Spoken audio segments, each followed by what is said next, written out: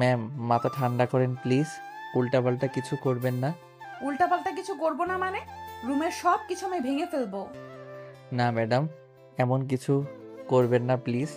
আমাদের অনেক টাকা পয়সা খরচ হয়েছে এগুলোর পিছনে। বিয়ের অনুষ্ঠান শেষ হয়ে গেলে এসব কিছু আমাদের আবার বুঝিয়ে দিতে হবে। এইগুলো ভাঙবো না তো তোর মাথা ভাঙবো। তাইলে আয়, সব রাগ তোর উপরে ঝাড়ি। মাথা ঠান্ডা করেন প্লিজ। একটা ভুল বোঝাবুঝি হয়ে গেছে, এখন মাথা ঠান্ডা করে কাজ করতে হবে। ভুল বোঝাবুঝি মানে? এইটা কি ছেলে খেলা যে ইচ্ছে হলো খেললাম, ইচ্ছে হলো না খেললাম না? যা হওয়ার তা তো হয়ে গেছে, জীবনটা শেষ। আমি এ বিষয়ে বাবা মার সাথে কথা বলবো, আপনি প্লিজ রেগে যাবেন না। আরিয়ান তার অফিসের ম্যামকে দেখে বড় খুবই ভয় পায়, কারণ সে খুবই ভয়ঙ্কর। আগে একটা মেয়ে, তাই সে যতটা পারতেছে তার ম্যামের মাথা ঠান্ডা করার চেষ্টা করতেছে। বিতি আরিয়ানের গালে একটা চড় মেরে দিল। সরি, তুই কিছু মনে করিস না। হ্যাঁ, আমি তোকে ইচ্ছে করে চর মারি নাই। আমি আসলে কি করব? না না ম্যাডাম, কি মনে করব? কিছু মনে করিনি। আপনার যা মন চাই করুন, আমি কিছু বলবো না। এরপর আমি নিজেও কন্ট্রোলে থাকবো না। কন্ট্রোলে থাকবি না মানে? তুই আবার কি করবি? আমাকে চর মারবি? কি করব সেটা তো পরেই দেখতে পারবেন। শোন, যাই করিস আমার চোখের সামনে থেকে সরে গিয়ে কর। যা, আমার রুমটা বাইরে থেকে বন্ধ করে দে প্লিজ। আমাকে একটু একা থাকতে দে। আরিয়ান রুম তো ঠিকই বন্ধ করলো, কিন্তু বাইরে থেকে নয়, ভিতর থেকে। আর এসে লাইটটা অফ করে দিল। এদিকে বিথি বারবার বলতেছে, কিরে তুই লাইট অফ করলি কেন? বেশি ভালো হবে না কিন্তু, বেশি বারবারই হয়ে যাচ্ছে আরিয়ান। বিথির কোনো কথা না শুনে সোজা গিয়ে বিথিকে জড়িয়ে ধরল। বিথি আরও কিছু বলতে যাবে, তখনই আরিয়ান বিথির ঠোঁট নিজের ঠোঁটের ভিতর একদম চাপ দিয়ে ধরল। বিথি কোনো মতে নিজের ঠোঁটটা ছাড়িয়ে চিৎকার করে আরিয়ানকে ঠাস করে একটা চড় মেরে দিল। বেয়াদব ছেলে, কি হচ্ছে এসব ভুলে যাস না, আমি তোর অফিসার ম্যাম। আমার অফিসের ম্যাম, সেটা আমার অফিসে, আমার বাড়িতে নয়। আমার বাড়িতে আপনি আমার বিয়ে করা বউ। তুই কি এখন আমার উপরে জোর করে অধিকার খাটাবি নাকি?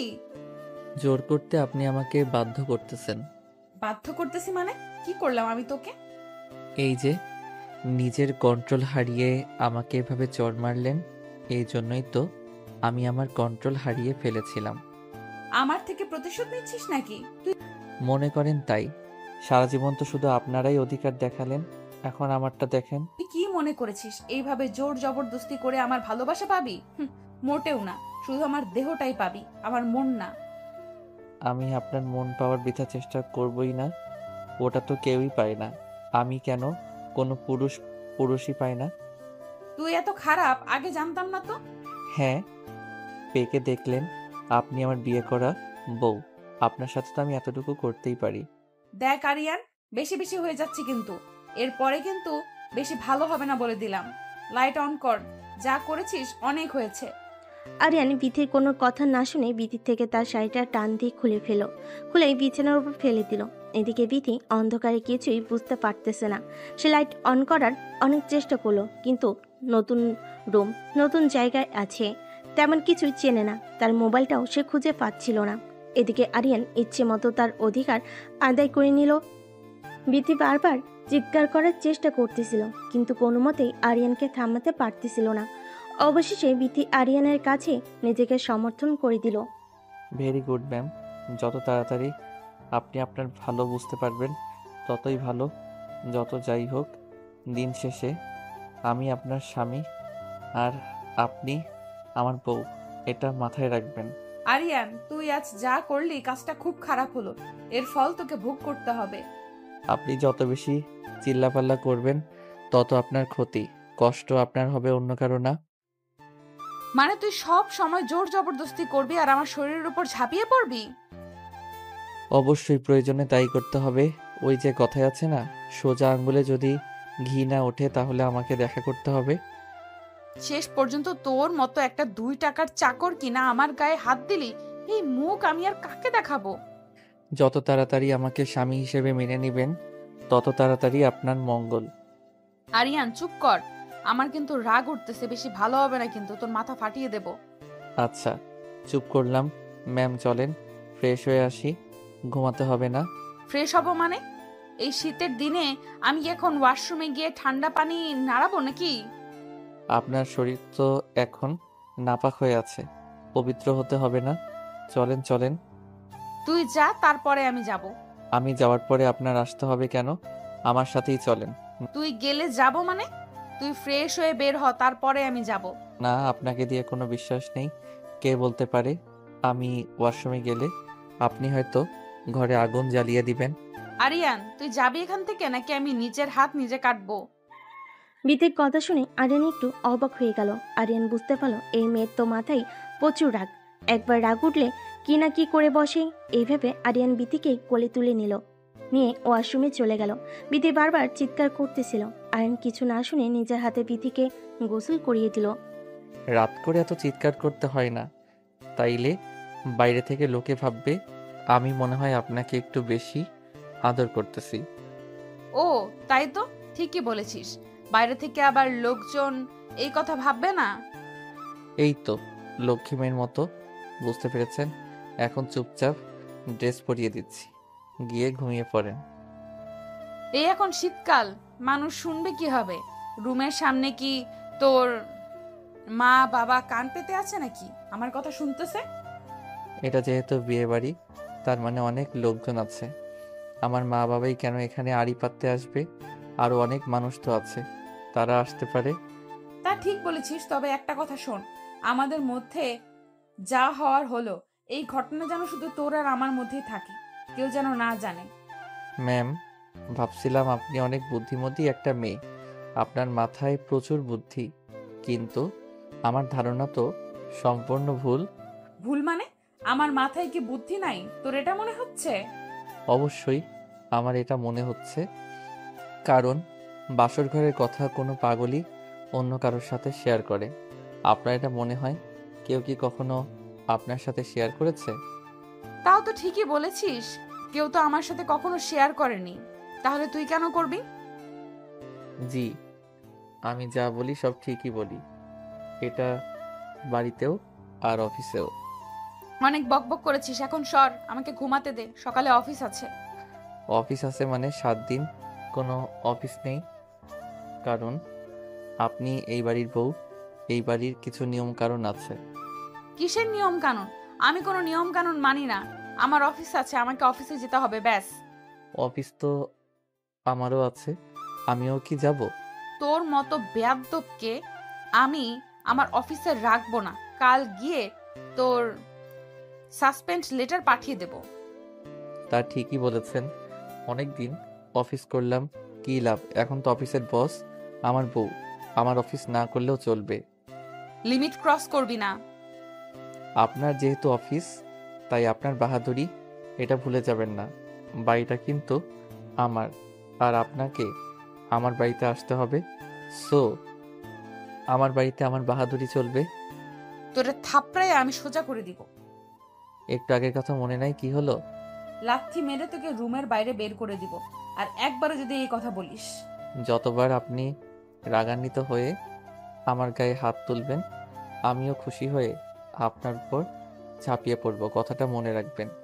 তোর কলিজাটা আমি টান দিয়ে বের করে নিয়ে এসে কুচি কুচি করে কেটে কুত্তা দিয়ে খাওয়াবো।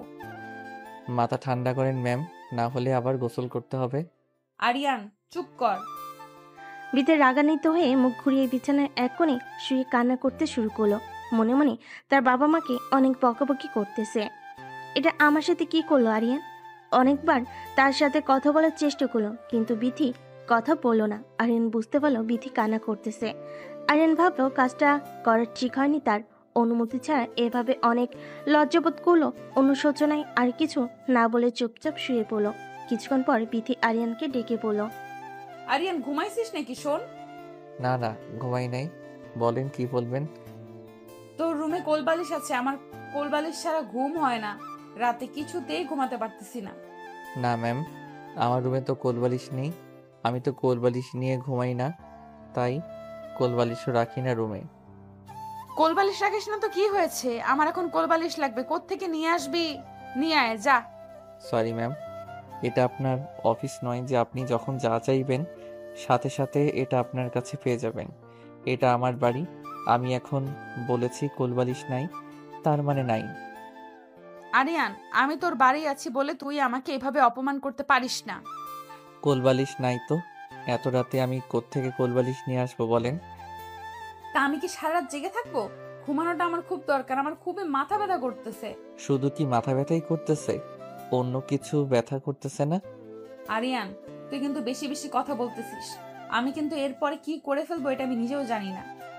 বিথির এই কথা শুনে আরিয়ান বিথিকে শক্ত করে জড়িয়ে ধরল। বিথি বারবার চানোর চেষ্টা করতেছিল আর বারবার বলতেছিল, তুই এত খারাপ চরিত্রে, এতে সমস্যা। আমি একটা মেয়ে মানুষ বলে আমার দুর্বলতার সুযোগ নিয়ে তুই বারবার আমার সাথে এরকম করতে পারিস না। তুই কিন্তু আমাকে জোর জবরদস্তি করতেছিস।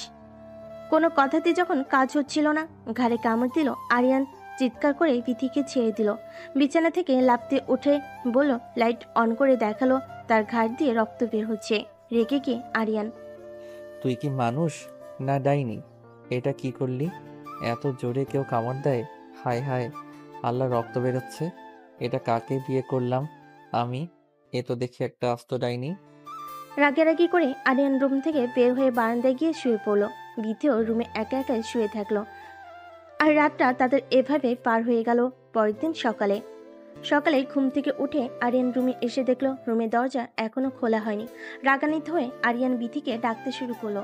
ভিতর থেকে তখন দরজা খুলে দিলে আরিয়ান রাগান্বিত হয়ে বলল, দরজা খুলতে কেউ এত সময় নেয়? রুমের ভিতরে একা একা কি করতেছেন? কি আর করবো, নিজের শোক পালন করতেছিলাম। শোনেন, বাড়িতে অনেক মানুষ, লক্ষ্মী বউয়ের মতো রেডি হয়ে বাইরে যান। আমি তো লক্ষ্মী বউ না, বাইরে যেতে পারবো না। আচ্ছা, রুমেই থাইকেন। অনেক ধন্যবাদ। আমাকে তুই এখন একা ছেড়ে বাইরে যা, এই রুমে আসবি না প্লিজ। মানে কি আমি রুমে আসবো না? তাহলে তোর রুমে তুই থাক আর আমার জন্য আলাদা একটা রুম ঠিক করে দে। আমার বাড়িতে এক্সট্রা কোনো রুম নেই, যেটা আমার রুম ওটাই আপনার রুম। চুপচাপ মানিয়ে নিন। শোন, আমি রেডি হয়ে এখন অফিসে যাব। কাল রাতে বললাম না, কথা কানে যায় নাই? 7 দিন কোনো অফিস হবে না। তুই পারলে আমাকে আটকে দেখা। আপনার সাহস থাকলে আপনি রুম থেকে বের হয়ে তো দেখান। বিথি ওয়াশরুমে গিয়ে অফিসের ড্রেস পরে অফিসে যাওয়ার জন্য বের হতে লাগলো। আরিয়ান রাগান্বিত হয়ে বিথির হাত ধরে টান দিয়ে বিছানার উপর ফেলে দিল। বিথি আরিয়ানকে চড় মারতে যাবে, তখনই আরিয়ান বিথির 2 হাতের ভিতর তার 2 হাত দিয়ে বিথিকে শক্ত করে ধরল। বুঝতে পারতেছিল এখন কিছু একটা হবে, তাই বিথি বারবার বলতেছিল, ঠিক আছে, আমি অফিসে যাব না আরিয়ান। বিথির কোনো কথা না শুনে বিথির শরীর থেকে তার অফিসের ড্রেস টেনে খুলে দিল। বিথি রেগে গিয়ে, আরিয়ান, তোর কতদিনের শখ ছিল আমার শরীরটা ভোগ করার? কোনোদিনই শখ ছিল না। কাল রাত থেকে তো দেখতে পারতেছি কথায় কথায় আমার উপর ঝাঁপিয়ে পড়তেছিস। যেমন কুকুর তেমন মুগুর। কথা না শুনলে এভাবে শায়েস্তা করতে হবে। শুয়োরের বাচ্চাকে করবে আমাকে শায়েস্তা? হ্যাঁ, তোর এত পাওয়ার কি নিয়ে শুনি? ওইটা আমি এখন কেটে দিব। কি? ঠিক শুনেছিস, তোর ওইটা কেটে দেওয়ার পর দেখবো তোর এত এনার্জি আসে কোথা থেকে। আমার এটা কেটে দিলে আপনার কি হবে? আপনাকে শান্তি দিব কিভাবে? তোকে শাস্তি দিতে কে বলেছে? তোর মতো হারামজাদাকে আমার চোখের সামনে আমি দেখতে চাই না। আরিয়ান বিথির চোখে হাত দিয়ে ধরে বিথির ঠোঁটে কিস করতে লাগলো। বিথির তখন কিছুই করার ছিল না। না সেই তার হাত দিয়ে কিছু করতে পারতেছে, আর না সেই মুখ দিয়ে কথা বলতে পারতেছে। বেশি ছোটাছুটি করো না, ব্যথা পাবা। ছাড় তো আমাকে, কুত্তার বাচ্চা, তোর ভালো হবে না। আরিয়ান বিথির কোনো কথা না শুনে ইচ্ছে মতো আদর করতে লাগলো, ঠিক রাতের মতো। আরিয়ান দেখতে পেল বিথির ব্যথায় ছটফট করতে করতে কান্না করতেছে। আরিয়ান তখন চুপচাপ ছেড়ে দিল। তখন বিথি বলে উঠলো, ছালি কেন, আরো কর, যতক্ষণ পারিস অমানুষের মতো ব্যবহার কর। তুই যে কত ছোট মনের মানুষ এটা তোর ব্যবহারে তুই প্রমাণ করে দিচ্ছিস। আরিয়ান তখন লজ্জা পেল বটে, অনেকটা বেশি ব্যথা দেওয়া হয়ে গেছে। লজ্জা অনুভব করে এসে বিথিকে বলল, বিছানা থেকে উঠে এখন ফ্রেশ হও। কান্না করতে করতে বিথি বলল, আমি এখন গোসল করার মতো অবস্থাতে নেই। তুই যা, সর এখান থেকে, আমাকে একা থাকতে দে প্লিজ। গোসল না করে এভাবে থাকা যাবে না। এখনই বাইরে থেকে সবাই আপনাকে ডাকতে আসবে। আমার কষ্টটা একটু বোঝার চেষ্টা কর, আমি উঠে দাঁড়াতে পারতেছি না। আরিয়ান তার কষ্ট বুঝতে পারলো, বুঝতে পেরে তাকে কোলে তুলে নিল। ওয়াশরুমে গিয়ে সুন্দর করে গোসল করিয়ে লাল টুকটুকে একটা শাড়ি পরিয়ে দিল।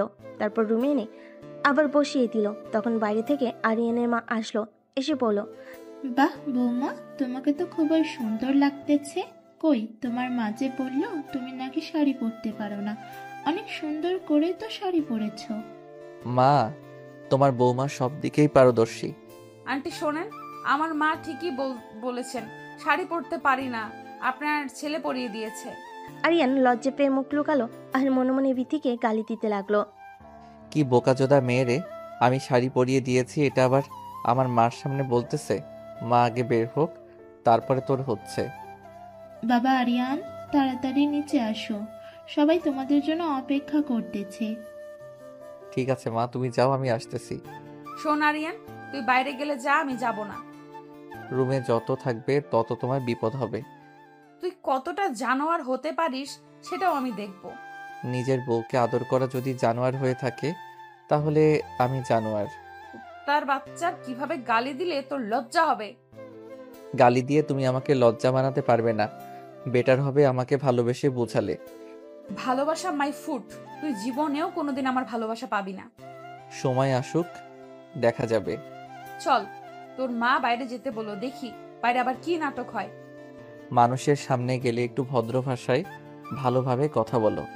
ওয়েট ওয়েট ওয়েট, তুই কোন সাহসে আমাকে তুমি করে বলতেছিস? তুই ভুলে যাস না আমি তোর অফিসের বস। আপনি করে কথা বল।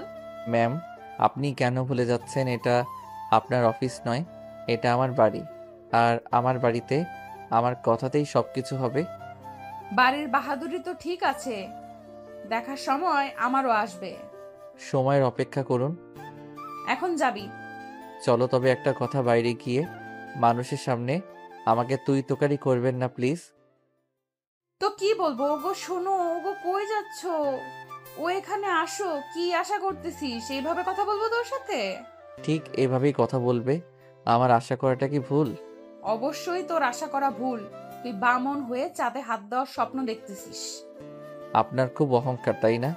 আপনার এই অহংকার আমি একদিন ভেঙে চুরমার করে দেব।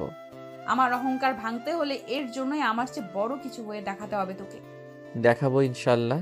কথা শেষ করে বিথি রুম থেকে বের হয়ে নিচে চলে গেল। নিচে আসতে সাজানোটা অনেক সুন্দর ছিল, সবে বিথির অনেক প্রশংসা করতেছিল। আরিয়ানের অনেক ছোট বোন ছিল, তারাও এসে জিজ্ঞেস করতেছিল রাতটা কেমন গেল। বিথি রাগান্বিত হলো, তবে তার রাগটা কন্ট্রোল করলো আর সবাইকে হাসি মুখে বলল, হ্যাঁ রাতটা সুন্দর ছিল। বিথির কথা শুনে আরিয়ান মুচকি মুচকি হাসি দিল। বিথি আরিয়ানের দিকে তাকিয়ে রাগে যেন তার চোখ দিয়ে রক্ত বের হচ্ছে। আরিয়ান বিথিকে একটু দূরে ডেকে নিয়ে গিয়ে বলল, থ্যাংক ইউ সো মাচ। তুই আমাকে থ্যাঙ্কস কেন দিচ্ছিস? এই যে সবার সাথে হাসি মুখে সবটা ম্যানেজ করতেছো। তুই আবার আমাকে তুমি তুমি করে বলতেছিস? আস্তে, এখন আমরা রুমে নয়, বাইরে আছি। আর শোন, আমি তোর জন্য কিছু করিনি। আজ আমার মা বাবা আসবে, তাদেরকে কেউ যেন কোনো কথা না শোনাতে পারে, তাই মুখ বুজে সবকিছু সহ্য করে নিতেছি। সে তুমি যে জন্যই করো, ভালো লাগছে। আমার খুব খিদে পেয়েছে, তোদের বাড়িতে কি একটু খাবার হবে? কেন খাবার হবে না? অবশ্যই খাবার হবে। আরিয়ান তার মাকে গিয়ে বলল, বিথি খিদে পেয়েছে, মাতাকে বলল বিথিকে নিয়ে রুমে যা, আমি খাবার পাঠিয়ে দিতেছি। আরিয়ান বিথিকে নিয়ে রুমে চলে গেল। একটু পরে আরিয়ানের মা তাদের খাবার দিয়ে আসলো। বিথি তখন তার হাতের দিকে তাকিয়ে দেখলো তার হাত দুটো অনেক ব্যথা, সে হাত দিয়ে খাবার খেতে পারবে না। তাই সে আরিয়ানকে বলল একটা চামচ নিয়ে এসে দিতে, সে হাত দিয়ে খাবার খেতে পারবে না। এটা শুনে আরিয়ান, চামচ লাগবে কেন? আমি আছি না? তুই আসছিস মানে? আমি আছি মানে কি আমি খাইয়ে দেব? আরিয়ান, তুই কিন্তু বাড়াবাড়ি করতেছিস। একটু বোঝার চেষ্টা করো। বাইরে যদি আমি এখন চামচের জন্য যাই, তাহলে সবাই সন্দেহ করবে যে আমাদের মধ্যে সম্পর্কটা হয়তো ভালো নেই। তখন তো তোমার মা বাবাকেই কথা শোনাবে। আরিয়ানের কথা শুনে বিথি আর কোনো কথা না বলে চুপচাপ বসে রইল। আরিয়ান তাকে খাবার মুখে তুলে খাওয়াচ্ছিল। তখনই বিথির মা বাবা তাদের রুমে আসলো। বিথি তার মাকে দেখে দৌড়ে গিয়ে জড়িয়ে ধরল। বিথির বাবা এসে আরিয়ানের হাতে হাত রাখলো আর আরিয়ানকে বলল যে তোমাদের মধ্যে সবকিছু স্বাভাবিক কি আছে? আরিয়ান মনে মনে ভাবছে, স্বাভাবিক নাই। ডাইনি একটা মহিলাকে কলা কৌশলে আমার ঘাড়ে ঝুলিয়ে দিয়েছেন, এখন তো সবকিছু ভুগতেছি আমি। বিথিমা বিথিকে জিজ্ঞেস করলো, মা সবকিছু ঠিক আছে তো? কিভাবে সবকিছু ঠিক থাকবে? তোমরা এটা কি করলে আমার সাথে? কি করলাম মানে? কি করলে মানে বুঝতে পারতেছো না? তোমরা জেনে শুনে আমার অফিসের একটা এমপ্লয়ের সাথে আমাকে বিয়ে দিয়ে দিলে, এটা আমাকে জানানোর প্রয়োজন মনে করলে না? ছি ছি, এভাবে কথা বলতে হয় না। এখনো তোমার স্বামী, এটা ভুলে যেও না। আমি এটা তোমাদের থেকে আশা করিনি মা। মা বাবা যা করে সন্তানের ভালোর জন্যই করে, এটা ভুলে যেও না। এখানে তোমরা আমার কি ভালো দেখলে? এখানে আমার কি ভালো হচ্ছে? এখানে তোমার সবটাই ভালো। দিব্যি তো এসে দেখলাম কত সুন্দর আরিয়ান বাবা তোমাকে খাবার খাইয়ে দিচ্ছিল। শুধুমাত্র একটু খাবার খাইয়ে দিচ্ছিল, এটার জন্য এটা ভেবে নিও না তোমার মেয়ে সুখে আছে। প্রথমে কোনো কিছুই স্বাভাবিক থাকে না, আস্তে আস্তে সব কিছু স্বাভাবিক হয়ে যায়। বিথির মায়ের কথা শুনে বিথির বাবা আরিয়ানকে যে বলল, বাবা, তুমি কি আমার মেয়েকে কষ্ট দিচ্ছ? আর মেয়েটা বলতেছে সে সুখে নেই। আমি কিন্তু আমার মেয়েকে তোমার হাতে তুলে দিয়েছি তার মুখে হাসি দেখার জন্য, তার মুখে কষ্ট দেখার জন্য না। তখন আরিয়ান বলল, আঙ্কেল, সবকিছু ম্যানেজ করতে একটু সময় লাগবে। তাদের কথা শুনে বিথি বলল, ওর হাতে তুলে দিয়েছো মানে বাবা, তার মানে আরিয়ান আগে থেকে সবকিছু জানতো? না, আরিয়ান কোনো কিছুই জানতো না আগে থেকে। যাই বলো বাবা, আমি তোমাদের কোনোদিনও ক্ষমা করতে পারবো না। কেন ক্ষমা করতে পারবা না? কি হলো? কোনো ভুল তো দেখতেছি না এখানে। সামান্য 2 টাকার স্যালারির একটা চাকরের সাথে তুমি আমাকে আমার বিয়ে দিয়েছো, আবার বলতেছো কোনো ভুল দেখতে পারতেছো না? বিথি, ভুলে যেও না ও তোমার স্বামী। এখন সম্মান দিয়ে কথা বলো, আর ওর সম্মান মানে তোমার সম্মান, এটা ভুলে যেও না। কিসের স্বামী বাবা, কিসের স্বামী? ওকে আমি স্বামী বলে কখনো মানি না, আর না কোনোদিন মানবো। এই আরিয়ানকে নিয়ে তুমি একদিন গর্ব করবে, এই কথাটা আজ আমি বলে দিলাম। এই কথা বলে বিথির বাবা আরিয়ানকে বলল, কি বাবা, আমার কথা রাখতে পারবে তো? আমার মেয়ের এই অহংকার তোমাকে ভাঙাতে হবে, তোমাকে দেখিয়ে দিতে হবে তুমি ওর থেকে ভালো কিছু হতে পারো। কি পারবে তো? বিথির বাবার কথা শুনে আরিয়ান বলল, ইনশাল্লাহ আঙ্কেল, অবশ্যই আমি পারবো, তাও খুব তাড়াতাড়ি। চামড়ার মুখ তো অনেক কিছুই বলা যায়। তোমাদের সকলকে আমি প্রমিস করলাম খুব তাড়াতাড়ি বিতির থেকে ভালো কিছু হয়ে দেখাবো। যেদিন দেখতে পারবি সেই দিন এইসব কথা বলিস, যেদিন দেখাতে পারবি সেই দিন এইসব কথা বলিস। তোর মুখে এইসব কথা মানাচ্ছে না। আচ্ছা, অনেক কথা হয়েছে আঙ্কেল আন্টি, আপনারা বসেন। আমার মা বাবাকে নিয়ে তোকে এত ভাবতে হবে না, আমার মা বাবাকে আমি দেখে নেব। ঠিক আছে, তোমার মা বাবা এসেছে, তুমি কি তাদের দেখাশোনা করবে? কিন্তু তোমার তো খাওয়া শেষ হয়নি, আসো বাকিটা খাইয়ে দেই। না গো, অনেক করেছো, অনেক ধন্যবাদ। এখন আমাকে উদ্ধার কর। বিথির মুখে এমন কথা শুনে আরিয়ান মুচকি হেসে উঠল। যখন বিথি আরিয়ানকে বলল, কি ব্যাপার, হাসছিস কেন? আরিয়ান কিছু বলার আগে বিথির বাবা বলল, সম্পর্কে টানা পড়া এভাবে আস্তে আস্তে শেষ হয়, এটা তো শুরু। আস্তে আস্তে সবকিছুই ঠিক হয়ে যাবে, দুজনকে একটু মানিয়ে নিতে হবে। তারপর আরিয়ানকে বলল, বাবা, আমার মেয়েটা একটু রাগী, তুমি তো জানো, ওকে একটু সামনে রেখো।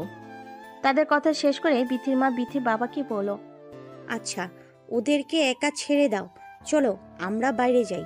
তখন আরিয়ান বিথিকে টান দিয়ে জড়িয়ে ধরল। বিথি রেখে গিয়ে, তোরের বাচ্চা, আবার তুই আমাকে জড়িয়ে ধরেছিস? ছাড়। তোমার মুখে এমন কথা শুনে মনে হচ্ছে তোমার ঠোঁটটাও কামড় দিয়ে দেই। এত বছর আমি তোর সাথে কাজ করলাম, তোর চরিত্র এতটা খারাপ কখনো জানতেই পারলাম না। আরে, তোমার চরিত্র খারাপ এইভাবে কেন বলতেছো? তুমি অফিসে গিয়ে সবাইকে জিজ্ঞেস করো তাদের স্বামী আর স্ত্রীর মধ্যে সম্পর্কটা কেমন। বিথি অনেক ছোটাছুটি করার পর যখন ছুটতে পারলো না, বাধ্য হয়ে আরিয়ানের কানে এত জোরে কামড় দিল, আরিয়ান বিশাল একটা চিৎকার দিয়ে উঠল। চিৎকারে যেন সারা বাড়ি নড়ে উঠল। সবাই তো ভয়ে তাদের রুমে দিকে আসতে লাগলো। সবাই রুমে এসে দেখলো আরিয়ান আর বিথি দুজন দুজনকে জড়িয়ে আছে। আর তাদের এই অবস্থা দেখে সবাই লজ্জা পেল।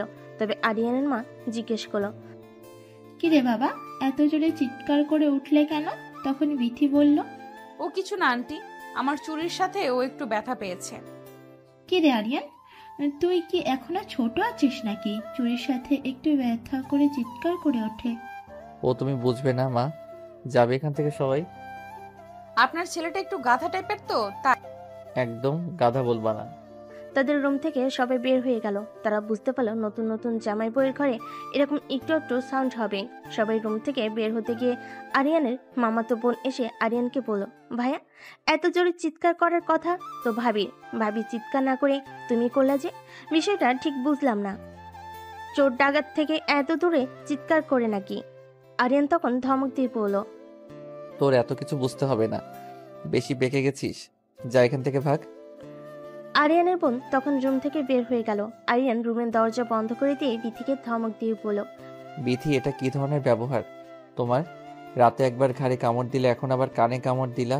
কি সমস্যা কি? ভাই, তোর সমস্যা কি জানোয়ার? তোর কথায় কথায় এভাবে আমাকে জড়িয়ে ধরতেছিস কেন? তুমি আমার বউ, আমি তোমাকে জড়িয়ে ধরবো না, এটা কোনো কথা? সেটাই তো, তুমিও তো আমার জামাই, আমি তোমাকে কামড় দিব না, এটা কোনো কথা? দেখবি তুই আমার মেজাজটা গরম করে দিবি না। শয়তান, তুই এখন আবার আমাকে তুই তুকারি করছিস? তুই এখন থেকে যেভাবে কথা বলবি আমার সাথে, আমিও ঠিক এভাবেই কথা বলবো। তাহলে আমি তোকে এইভাবে কামড়াতে থাকবো?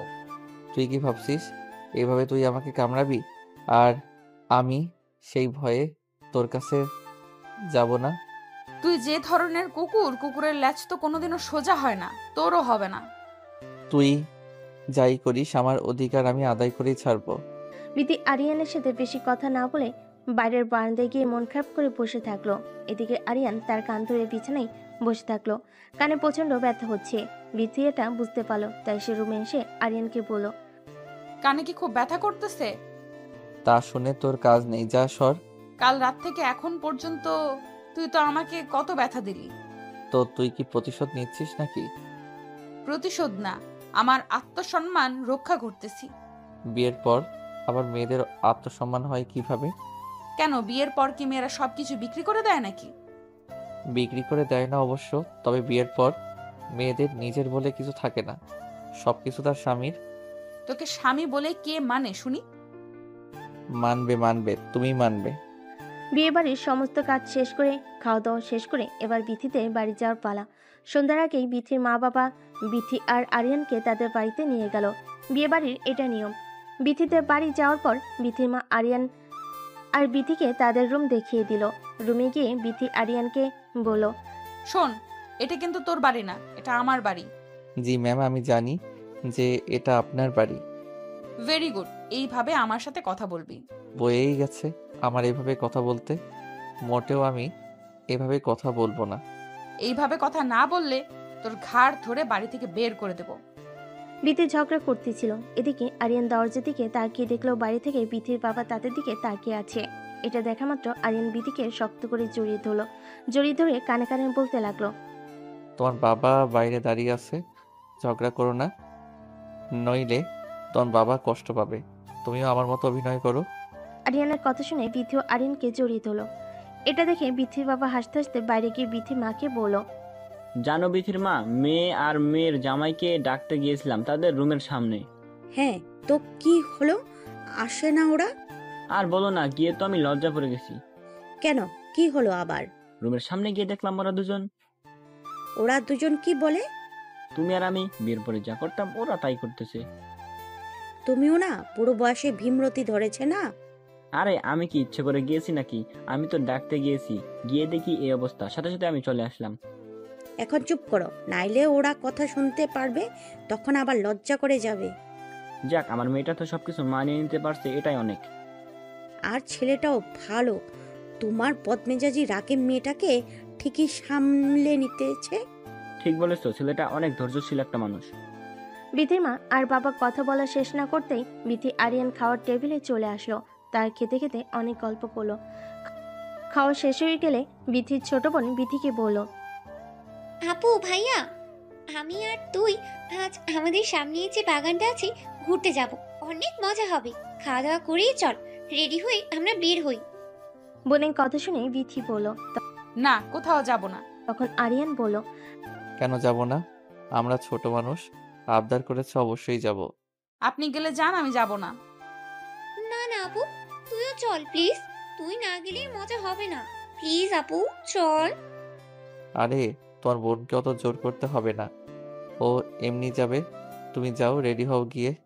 আরিয়ানের মুখে এমন কথা শুনে বিথি আরিয়ানকে রুমে নিয়ে এসে বলল, তুই বেশি পাকনা হয়ে গেছিস তাই না? তোকে কে এত বাল পাকনা কথা বলতে বলেছে? তুই যা ঘুরতে, আমি কোথাও যাব না। আর শোন, আমার বিষয়ে বেশি নাক গলাবি না। ভাগ্যিস আমার মা বাবা ছিল, তাই তোকে কিছু বললাম না, নইলে কানের নিচে একটা ঠাস করে চড় মেরে দিতাম। বিথির এই কথা শুনে আরিয়ান বলল, সে তুমি চর মারবে না কি করবে এটা তোমার ব্যক্তিগত ব্যাপার। তবে একটা কথা মাথায় রেখো, যতবার চর মারবে ততবার কিন্তু কতবার? কি কি করবি তুই? ততবার কি দেখাবো। দেখা দেখি কি করবি? মারবি আমাকে? মার। না না, কি বলো এসব? আমার 10টা না 5টা না একটা মাত্র বউ, তাকে কি আমি মারতে পারি? আমার সামনে থেকে সর, না হলে তোর ওই জায়গায় লাথি মারবো। আরে না, ভুলেও এই কাজ করবা না। ওখানে লাথি মারলে কিন্তু আমি মরে যাব। আমি তো ওটাই চাই যে তুই মরে যা। তুই মরে গেলেই তো আমি ভাবছি। ওইটাই তো মেয়েদের একমাত্র শান্তির জায়গা। তুমি তোমার ভালো বুঝতে পারতেছো না। আমি আমার ভালো অবশ্যই বুঝি। আমি তোর সাথে থাকলে আমার যে কোনো ভালো হবে না এটা আমি খুব ভালোই বুঝতে পারতেছি। বেশি কথা না বলে যাও, রেডি হও। এখন তোমার বোনকে নিয়ে বের হব। চরিত্রহীন লোক, এখন আবার আমার বোনের দিকে নজর গেল নাকি তোর? সি সি সি, কি কথা বলো? তোমার বোন মানে আমারও ছোট বোন না? তোর মতো একটা চরিত্রহীন শুয়োরের বাচ্চার আবার ছোট বোন আছে নাকি? বিথির মুখে এমন কথা শুনে আরিয়ান বিথিকে জড়িয়ে ধরে বিছানার উপর পড়ে গেল। আর বিথি বারবার আরিয়ানকে বলতেছে, আমার উপর থেকে সর, আমার কিন্তু ব্যথা লাগতেছে। আরিয়ান তখন বিথিকে বলল, ভালোই ভালোই রেডি হও, নইলে কিন্তু গোসল করার ব্যবস্থা করে দিব। এই অবস্থায় বিথির বোন রেডি হয়ে তাদের রুমে আসলো। এসে দেখলো তারা দুজন বিছানার উপর শুয়ে আছে। বিথির গায়ের উপর আরিয়ানকে দেখে বিথির বোন লজ্জা পেয়ে রুম থেকে বের হয়ে গেল। তখন আরিয়ান বিথিকে বলল, এখন বলো, ভালোই ভালো রেডি হইবা কিনা? কতবার বললাম রে ভাই, আমি যাব না, তুই যা। ঠিক আছে, আমিও যাব না। দাঁড়া, দরজা বন্ধ করে দিয়ে আসি। দরজা বন্ধ করবি মানে? মানে বোঝো না তুমি? না গেলে আমিও কোথাও যাব না। আর দরজা বন্ধ করে দিয়ে আসি। যাবি না ঠিক আছে, এখানে দরজা বন্ধ করার সাথে কি সম্পর্ক? লুডো খেলবো তোমার সাথে, আর দরজা খোলা রেখে খোলা যাবে না। লাথি খাওয়ার আগে এখান থেকে যা, আমাকে রেডি হতে দে, আমি রেডি হতে চাই। এই তো লক্ষ্মী বইয়ের মতো কথা, যাও রেডি হয়ে আসো। রেডি হয়ে তারা তিনজন ঘুরবার জন্য বের হলো। বাগানটা খুবই সুন্দর ছিল, চারিদিকে ফুলের গাছ, ওয়েদারটা সুন্দর ছিল। তখন বিথির বোন বিথিকে বলল, আপনি তোর আর ভাইয়া ছবি তুলে দিই। এই কথা শুনে বিথি বলল, দেখ আমার কিন্তু এখন মেজাজ উঠতেছে ঘুরতেছে। আসার বায়না ধরেছিলি, ঘুরতে এসেছি, এখন আমি ছবি তুলতে পারবো না। আপু এমন করিস কেন? একটু ছবি তো ওঠা প্লিজ। বললাম নাম সব, উঠবো না, তুইও যা। আরে বাদ দাও, তোমার বোনকে এত জোর করতে হবে না। এসো তুমি আর আমি ছবি উঠি। আরিয়ানের কাছে এমন কথা শুনে বিথি ভাবলো, ওর তো চরিত্রের সমস্যা আছে, ওবার আমার বোনের সাথে ছবি উঠবে না। বাবা আমি চাই, গিয়ে ছবি তুলে বোনকে গিয়ে বলো, নে আমি এসেছি, আমাদের ছবি তোল। কি রে আপু, একটু আগেই না ছবি উঠবে না ছবি উঠবে না বলে খুব রাগ দেখালি, আর এখন যেই ভাইয়া বলেছে ভাইয়া আর আমি ছবি উঠাবো, তখনই তুই এসে বলতেছিস তুই ছবি উঠাবি। তোমার বোন আসলে জেলাস হচ্ছে, তার জামাই অন্য একটা মেয়ের সাথে ছবি উঠবে। বিষয়টা কেমন দেখায় না? হচ্ছে তো সেরকমই। কি রে আপু, তুই কি তোর জামাইয়ের পাশে তুই ছাড়া কাউকে সহ্য করতে পারতেছিস না নাকি? উফ, তোরা থামবি? আমার রাগ হচ্ছে কিন্তু এখন, আমি কিন্তু চলে যাব এখান থেকে। আরে না না না, সরি, আর কেউ আপনার রাগ উঠাবে না। এখন নেন ছবি উঠি। নে তোরা পাশাপাশি দাঁড়া। নে দাঁড়িয়েছি, এখন তোল। এই আবার কেমন দাঁড়ানো? আশেপাশে একটু তাকিয়ে দেখ ওরা কিভাবে ছবি উঠাইতেছে, একে অপরকে জড়িয়ে ধরে হাত ধরে কত সুন্দর সুন্দর করে ছবি উঠতেছে, আর তোরা মাঝখানে আকাশ পাতাল ফাঁকা রেখে দুজন দাঁড়িয়ে আছিস। ঠিকই তো বলেছে ও। তুমি এত দূরে দাঁড়িয়ে আছো কেন? আমার কাছে আসো। একদম আমার কাছে আসার চেষ্টাও করবি না। এটা কি ধরনের অসভ্যতা বিথি? বাইরে বের হয়েও তুমি এরকম ব্যবহার করবে? তুই যদি বেশি বাড়াবাড়ি করিস তাহলে দেখবি আমি কি করে পাবলিক ডেকে নিয়ে এসে তোকে গণধোলাই খাওয়াবো। বুঝলাম না তো, বাড়ি থেকে বের হওয়ার সময়ও দেখলাম দুজন খুব জোরাজোরি করতেছ, বাড়ি থেকে বের হয়ে আবার কি হলো? আসলে তোমার আপু না বাড়ি থেকে বের হতে চাইনি, সারাদিন আমাকে নিয়ে রুমে থাকতে চাইছিল। আমি জোর করে নিয়ে আসলাম, তাই রাগ হয়েছে আর কি। ভাইয়া এই কাজটা কিন্তু তুমি ঠিক করো নাই। আরিয়ান তুই কিন্তু বেশি বেশি বলতেছিস। আরিয়ান বিথির হাত ধরে বিথিকে জড়িয়ে ধরে বিথির বোনকে বলল, নাও এবার ছবি তুলো। বিথির বোন তাদের অনেক সুন্দর সুন্দর কিছু ছবি তুলে দিল। তারপরে তারা একটু ঘোরাঘুরি করে বাড়িতে ফিরে আসলো। বাড়িতে ফিরে আসার পর আরিয়ান বিথির বাবাকে ডেকে বলল, আঙ্কেল বাড়িতেও যাইতে হবে, এবার অফিসে ছুটি নিয়েছিলাম, ছুটিও শেষ, তাহলে আমাদের ব্যবস্থা করেন। হ্যাঁ বাবা, কালকে তোমরা চলে যেও। চলে যাব মানে? আমি কোথাও যাব না বাবা। কোথাও যাবে না মানে? তোমার স্বামীর বাড়ি ওইটাই এখন থেকে তোমার নিজের বাড়ি। ওটা আমার বাড়ি হতে যাবে কেন? এইটা আমার নিজের বাড়ি। সরি, এটা তোমার নিজের বাড়ি নয়, এখন থেকে তোমার স্বামীর বাড়ি তোমার নিজের বাড়ি। এ বাড়িতে তোমার কোনো জায়গা নাই। তুমি এত বড় কথা বলতে পারলে বাবা আমাকে? কষ্ট হলেও কথা এটাই সত্যি। তার বাবার এরকম অপমানজনক কথা শুনে বিথি রাগান্বিত হয়ে আরিয়ানের হাত ধরে টানতে টানতে রুমে নিয়ে গেল। রুমে গিয়ে আরিয়ানকে বলল, তাড়াতাড়ি জিনিসপত্র গোছা, তোর বাড়িতে যাব। এই বাড়িতে আমি আর এক মুহূর্তও থাকবো না। এই কথা শুনে আরিয়ান বলল, আরে তুমি রাগ করতেছো কেন? তোমারই তো বাবা। আরিয়ান, মেজাজটা গরম করিস না। তুই যাবি কিনা যাবি না? যাবো না কেন? অবশ্যই যাব। চলো রেডি হও। রেডি হয়ে তারা বিথির বাড়ি থেকে আরিয়ানের বাড়িতে আসলো। আরিয়ানের বাড়িতে আসার পর আরিয়ানের মা আরিয়ানকে জিজ্ঞেস করলো, কি রে বাবা, এত তাড়াতাড়ি চলে আসলি যে? কোনো সমস্যা হয়েছে কি? না না, কোনো সমস্যা হয়নি। তোমার বৌমা নাকি এই বাড়িতে থাকতে ইচ্ছে করতেছে না। কি বলিস বাবা? বাবার বাড়িতে গেছে আর থাকতে ইচ্ছে করতেছে না কেন? ওই বাড়িতে আমার সাথে সময় কাটাতে পারতেছে না তো ঠিক মতো, তাই। ও আচ্ছা, বুঝতে পেরেছি। আচ্ছা বাবা, রুমে যা। রুমে গিয়ে বিথি রেগে আরিয়ানকে বলল, তোর মায়ের কাছে মিথ্যা বললি কেন? তোর সাথে আমি সময় কাটানোর জন্য ও বাড়িতে চলে আসলাম। আরিয়ান তখন বলল, এই কথা না বলে কি বলতাম যে তুমি ঝামেলা করে চলে এসেছো? তোমার মাথার ভিতরে দেখি কিছুই নেই, গোবর আছে শুধু, বলদ একটা। শোন, আমি ঘুমাইলাম, কাল সকাল থেকে অফিস আছে। ঘুমাও, আমি ফ্রেশ হয়ে আসতেছি, আমিও ঘুমাবো। তুইও ঘুমাবি মানে? চুপচাপ নিচে ঘুমা। আরে না, নিচে আমার ঘুম ধরে না। তাহলে তুই উপরে থাক, আমি নিচে ঘুমাচ্ছি। না, তোমাকে নিচে ঘুমাতে হবে না, থাক, আমি ঘুমাবো না। বিথি বিছানার উপরে আর আরিয়ান নিচে শুয়ে পড়ল। লাইট অফ করে দিল তারা। দুজনে ঘুমিয়ে পড়েছে। হঠাৎ করে বিথির চিৎকার দিয়ে উঠল। চিৎকার শুনে আরিয়ান, কি ব্যাপার, এত চিৎকার করে উঠেছো কেন? আগে লাইট অন কর তাড়াতাড়ি। কি হয়েছে এবার বলো। কিরে, ঘুমের ঘোরে হঠাৎই আমার মনে হলো যেন আমার গায়ের উপর দিয়ে কিছু একটা বিড়বিড় করতেছে। আমি নিচে ঘুমাচ্ছি, আমার গায়ের উপর দিয়ে কিছু বের করতেছে না। তুমি উপরে ঘুমাইছো আর তোমার গায়ের উপর দিয়ে বের করতেছে আজাইরা কথাবার্তা রাত করে। বিশ্বাস করা, মিথ্যা কথা বলতেছি না। বুঝলাম মিথ্যা বলতেছো না, কিন্তু কই, কিছুই তো আমি দেখতে পারতেছি না। এখানেই ছিল, চলে গেছে হয়তো। হ্যাঁ, ভালোই হয়েছে, এখন যাও ঘুমাও। লাইট অফ করিস না, অনই থাক আজ। আচ্ছা, অফ করলাম না, এবার ঘুমাও। আরিয়ান নিচে গিয়ে ঘুমিয়ে পড়ল। একটু পরে বিথি দেখলো বিছানার উপর আরশোলা হাঁটতেছে। এটা দেখার সাথে সাথে বিথি চিৎকার দিয়ে লাফ দিয়ে নিচে নেমে আরিয়ানকে শক্ত করে জড়িয়ে ধরল। আরিয়ান ভয় পেয়ে বলে উঠল, আরে কি হয়েছে, এভাবে নিজে থেকে আমাকে জড়িয়ে ধরছো যে?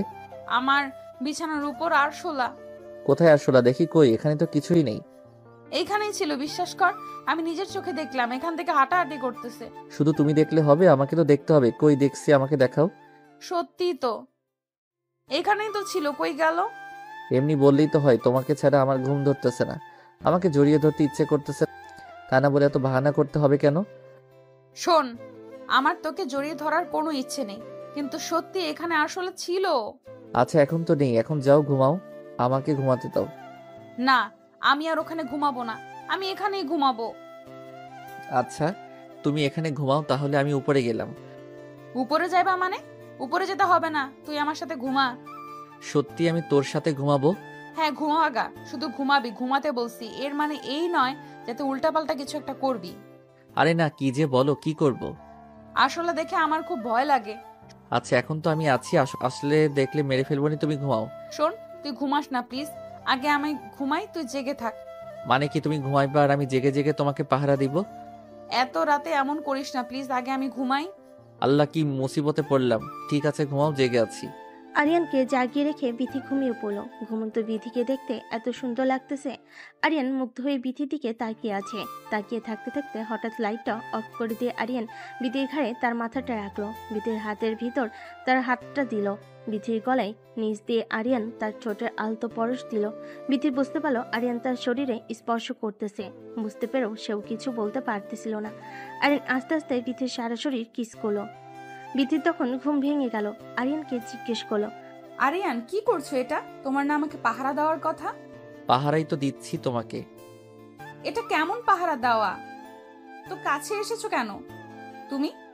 তুমি এতটা বেশি সুন্দর, তোমার দিকে তাকিয়ে থাকতে নিজেকে আর কন্ট্রোল করতে পারলাম না। তুমি কি আমাকে ভালোবাসো? খুব বেশি ভালোবাসি। তাহলে আসো, আমার আরো কাছে আসো। আরিয়ান বিথির আরো অনেকটা বেশি কাছে গেল। সারা রাত্রি তাকে অনেক আদর করলো, দুজন মিলে অনেক এনজয় করলো। সকালে ঘুম থেকে উঠে বিথি দেখলো তার শরীরে কোনো জামা কাপড় নেই, আরিয়ানের গায়েও কোনো জামা কাপড় নেই। অগোছালো হয়ে আছে রুমটা। বিথি দেখে অবাক হয়ে গেল। এটা কি হয়েছে রাতে? কি হয়েছে আমার সাথে? এসব ভেবে সে অনেক কান্না করতে শুরু করলো। তখন আরিয়ান জেগে গিয়ে বিথিকে জিজ্ঞেস করলো, কি ব্যাপার বিথি, সকাল সকাল এইভাবে কান্না করতেছো কেন? কান্না করবো না মানে? তুই কি করছিস রাতে আমার সাথে? কই কি করেছি? কিছুই তো করিনি। কিছু করিসনি? তাহলে আমার শরীরের জামা কাপড় কোথায় গেল? আর তুই এইভাবে আমাকে জড়িয়ে ধরে আছিস কেন? আরে মনে নেই তোমার? আগে তুমি আমাকে কাছে টানলে, তাই তো আমি তোমার কাছে গেলাম। দেখো, একদমই মিথ্যা অপবাদ দিবে না আমাকে। আমি কখনোই তোমাকে আমার কাছে টানি নাই। টেনেছো? তোমার মনে পড়তেছে না হয়তো, মাথা ঠান্ডা করে মনে করো, দেখো মনে পড়ে যাবে। আমি আসলে দেখে ভয় পাই, তাই তোকে একটু জেগে থাকতে বলেছিলাম। আর তুই আমার সুযোগের সদ্ব্যবহার ওইভাবে নিলি। দেখো বিথি, যা হয়েছে আমাদের মধ্যে তোমার ইচ্ছাতেই হয়েছে। ও এখন আমার ইচ্ছেতে হয়েছে না? বুঝেছি, এখন তোমার মাথা ঠিক নেই, তাই তুমি এসব উল্টাপাল্টা কথা বলতেছো।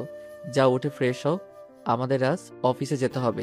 বিথি বিছানা থেকে উঠে গোসল করে ফ্রেশ হয়ে অফিস ড্রেস পরে রেডি হলো। আরিয়ান রেডি হলো। তার দুজনেই সকালে নাস্তা করে অফিসে যাওয়ার জন্য বের হলো। অফিসে যাওয়ার পর সবাই বিথি আরিয়ানকে কনগ্রাচুলেশন জানালো। তাদের বিয়ের জন্য সবাই আরিয়ানকে বলতেছিল।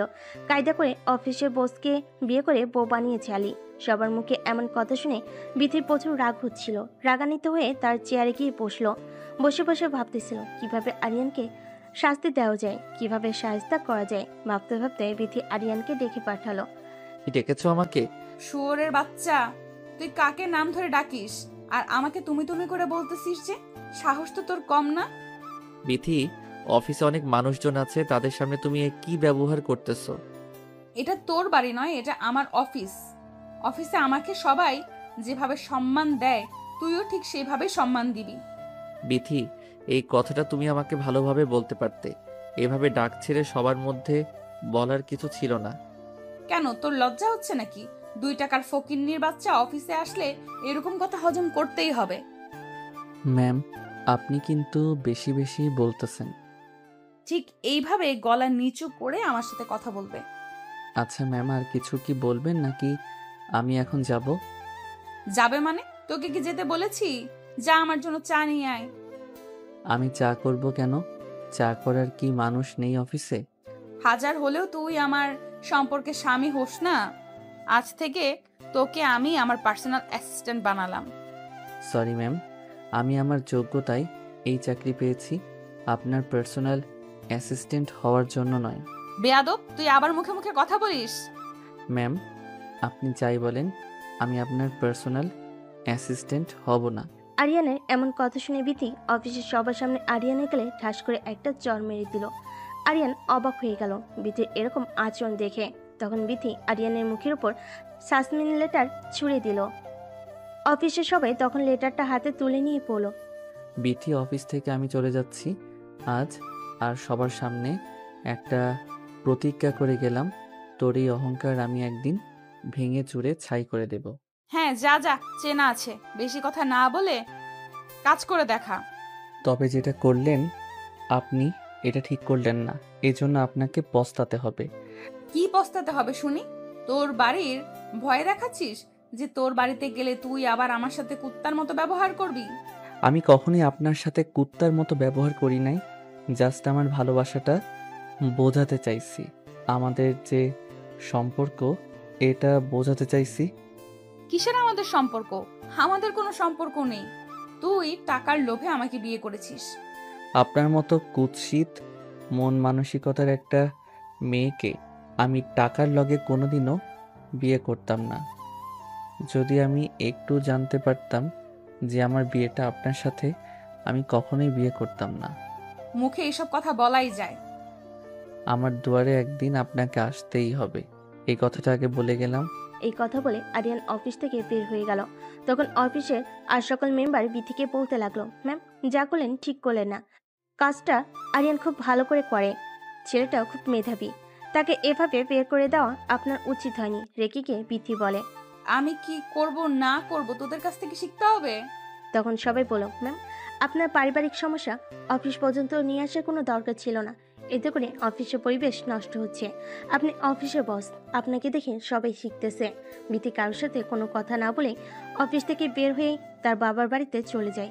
বিথি মা তাকে দেখে জিজ্ঞেস করে, কিরে মা, এই অবস্থায় কোত্থেকে আসছিস? জামাই কই? আমার জামাই মরছে মা, ওর খবর আমার কাছে নেই। আমার মেজাজটা এমনি ভালো নাই, রুমে যাব। এভাবে কেন কথা বলতেছিস? কি হয়েছে? জানোয়ারকে আমি আমার অফিস থেকে বের করে দিয়েছি। এটা তুই কি করেছিস? এটা তোর বাবা শুনলে খুব রাগ করবে। আমার যেটা ভালো মনে হয়েছে আমি সেটাই করেছি। এটা কে কি মনে করলো না করলো তাতে আমার কিছুই যায় আসে না। আচ্ছা ঠান্ডা মাথা কর, যা রুমে গিয়ে ফ্রেশ হয়ে ড্রেস চেঞ্জ করে নিচে আয়, খাবার দাও বার কর আগে, তারপর কথা হবে। খাবো না মা, পরে খাবো, আমি একটু একা থাকবো। মাসুন, মাথা ঠান্ডা করে রুমে গিয়ে আরিয়ানকে ফোন দে, দিয়ে শুনো কোথায়। আমি পারবো না মা, তোমার ইচ্ছা হয় তুমি ফোন করো। এই কথা বলে বিথির রুমে চলে গেল। বিথির মায়ের তখন খুব টেনশন হচ্ছিল, তাই সে আরিয়ানের কাছে ফোন দিল। অনেকবার ফোন দিল, কিন্তু আরিয়ান ফোন রিসিভ করলো না। আড়াল থেকে বিথি সব কিছু দেখতেছিল আর এটা শোনার চেষ্টা করতেছিল যে আরিয়ান কোথায় গেল। ফোন ধরলো না, খুবই টেনশন হচ্ছিল। তারপর বিথির রুমে গিয়ে ফোনটা হাতে নিয়ে আরিয়ানের এক বন্ধুর কাছে ফোন দিয়ে বিথি বলল, হ্যালো, আসসালামু আলাইকুম। আসসালামু আলাইকুম ভাবি, কি অবস্থা, কেমন আছেন? জি আলহামদুলিল্লাহ ভাইয়া, ভালো আছি। হঠাৎ করে ফোন দিলেন যে, কিছু হয়েছে কি? সব ঠিক আছে?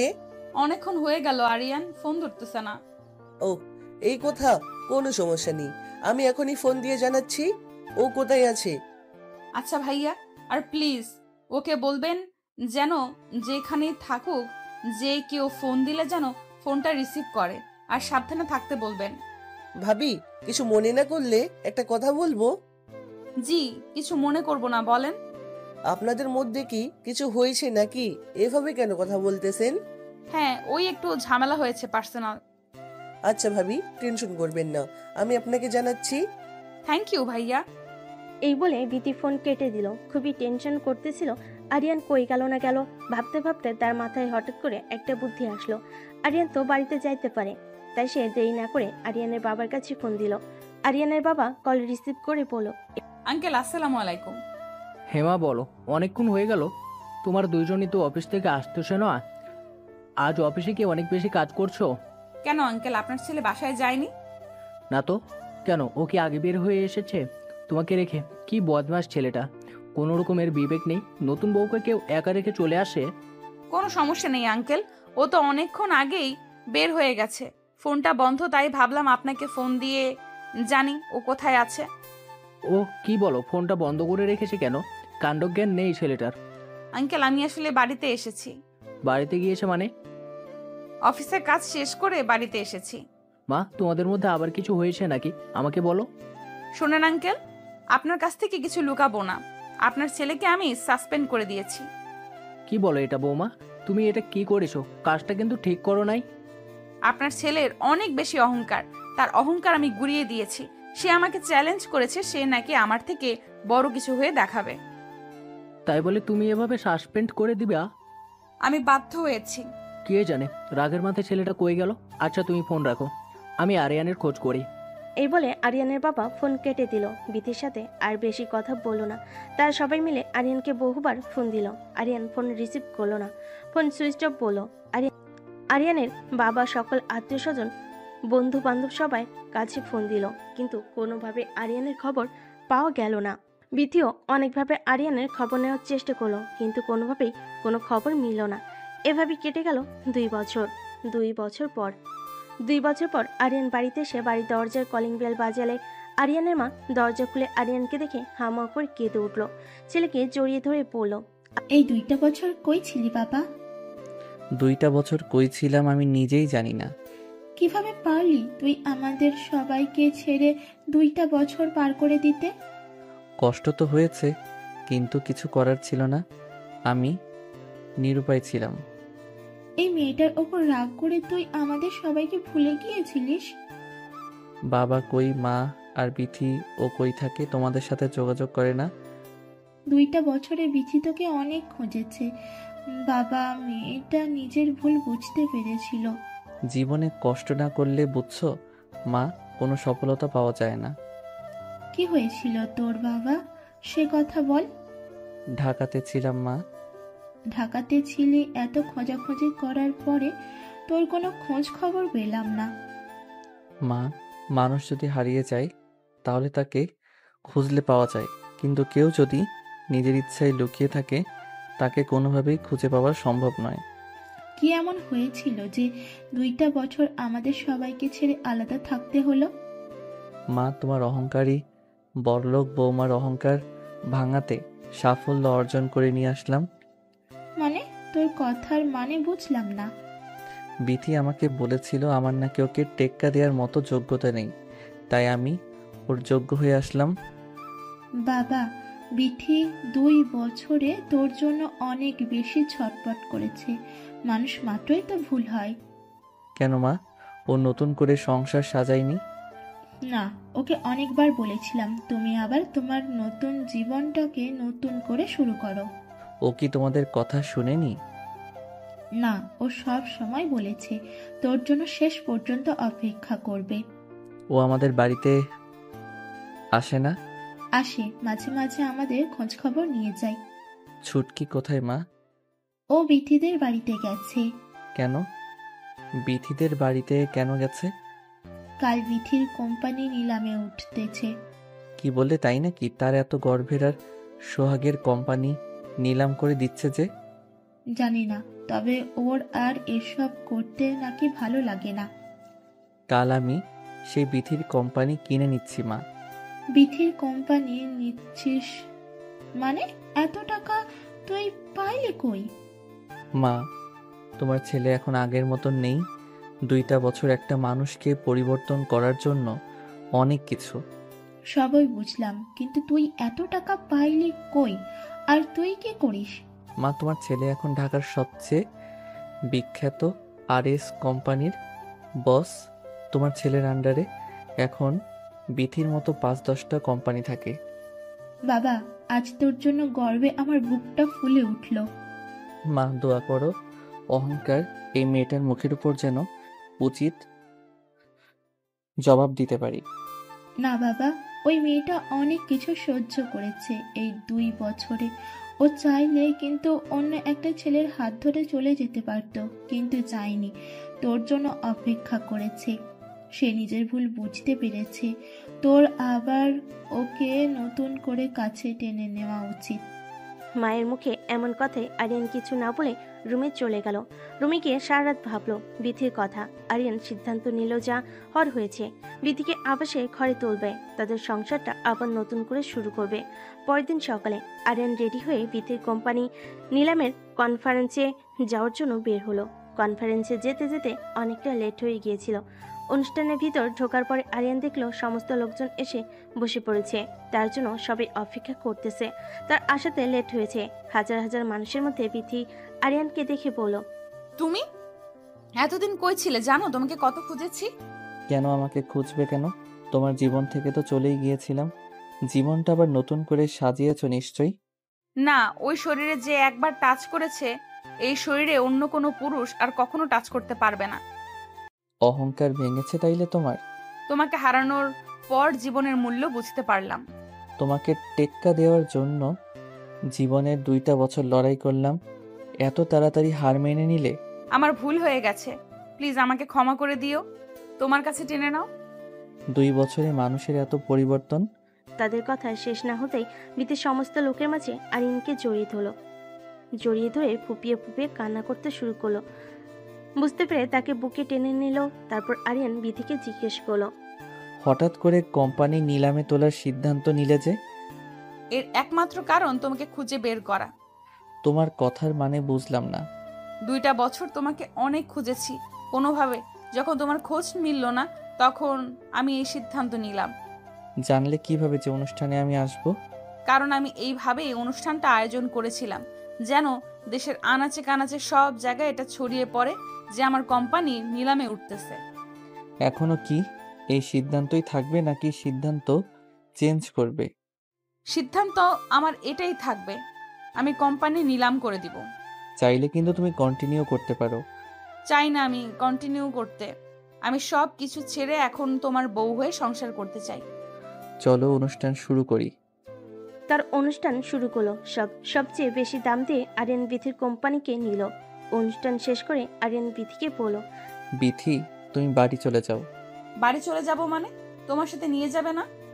না, না মানে তুমি আমাকে ক্ষমা করে দাওনি? বেশি কথা বাড়িও না তো, যেটা বলছি সেটা করো। বাড়ি চলে যাও। আরিয়ান প্লিজ, তোমার সাথে সংসার করব জন্য আমি সব কিছু শেষ করে দিলাম, এমন করো না। আমাকে লাস্ট বারের মতো একটা সুযোগ দাও। কান্নাকাটি করতে হবে না, তুমি বাড়ি চলে যাও। আমি তোমার বাড়ি থেকে গিয়ে তোমাকে নিয়ে আসবো। আমি আর একটা মুহূর্তও তোমাকে ছাড়া থাকতে চাই না, আমি এখনই যাব তোমার সাথে বাড়ি। না, তোমাকে আবার নতুন বউ সাজিয়ে আমি আমার বাড়িতে নিয়ে আসবো। আমাদের নতুন জীবন শুরু করব, আবার নতুনভাবে।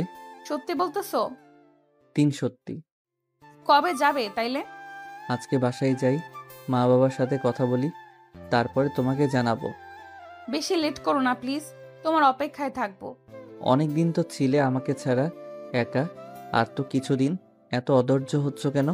জানি না এই 2 বছর আমি তোমাকে ছাড়া কিভাবে থেকেছি। তোমার সাথে কাটানো সময়গুলো আমাকে ঘুমাতে দেয়নি, এই জন্য আমি একটা সেকেন্ডও তোমাকে ছাড়া থাকতে পারতেছি না। বেশি সময় নেব না, তাহলে তোমাকে নিয়ে আসবো। আরিয়ানের কথা শুনে বিথি রাস্তার মধ্যে আরিয়ানকে জড়িয়ে ধরলো শক্ত করে।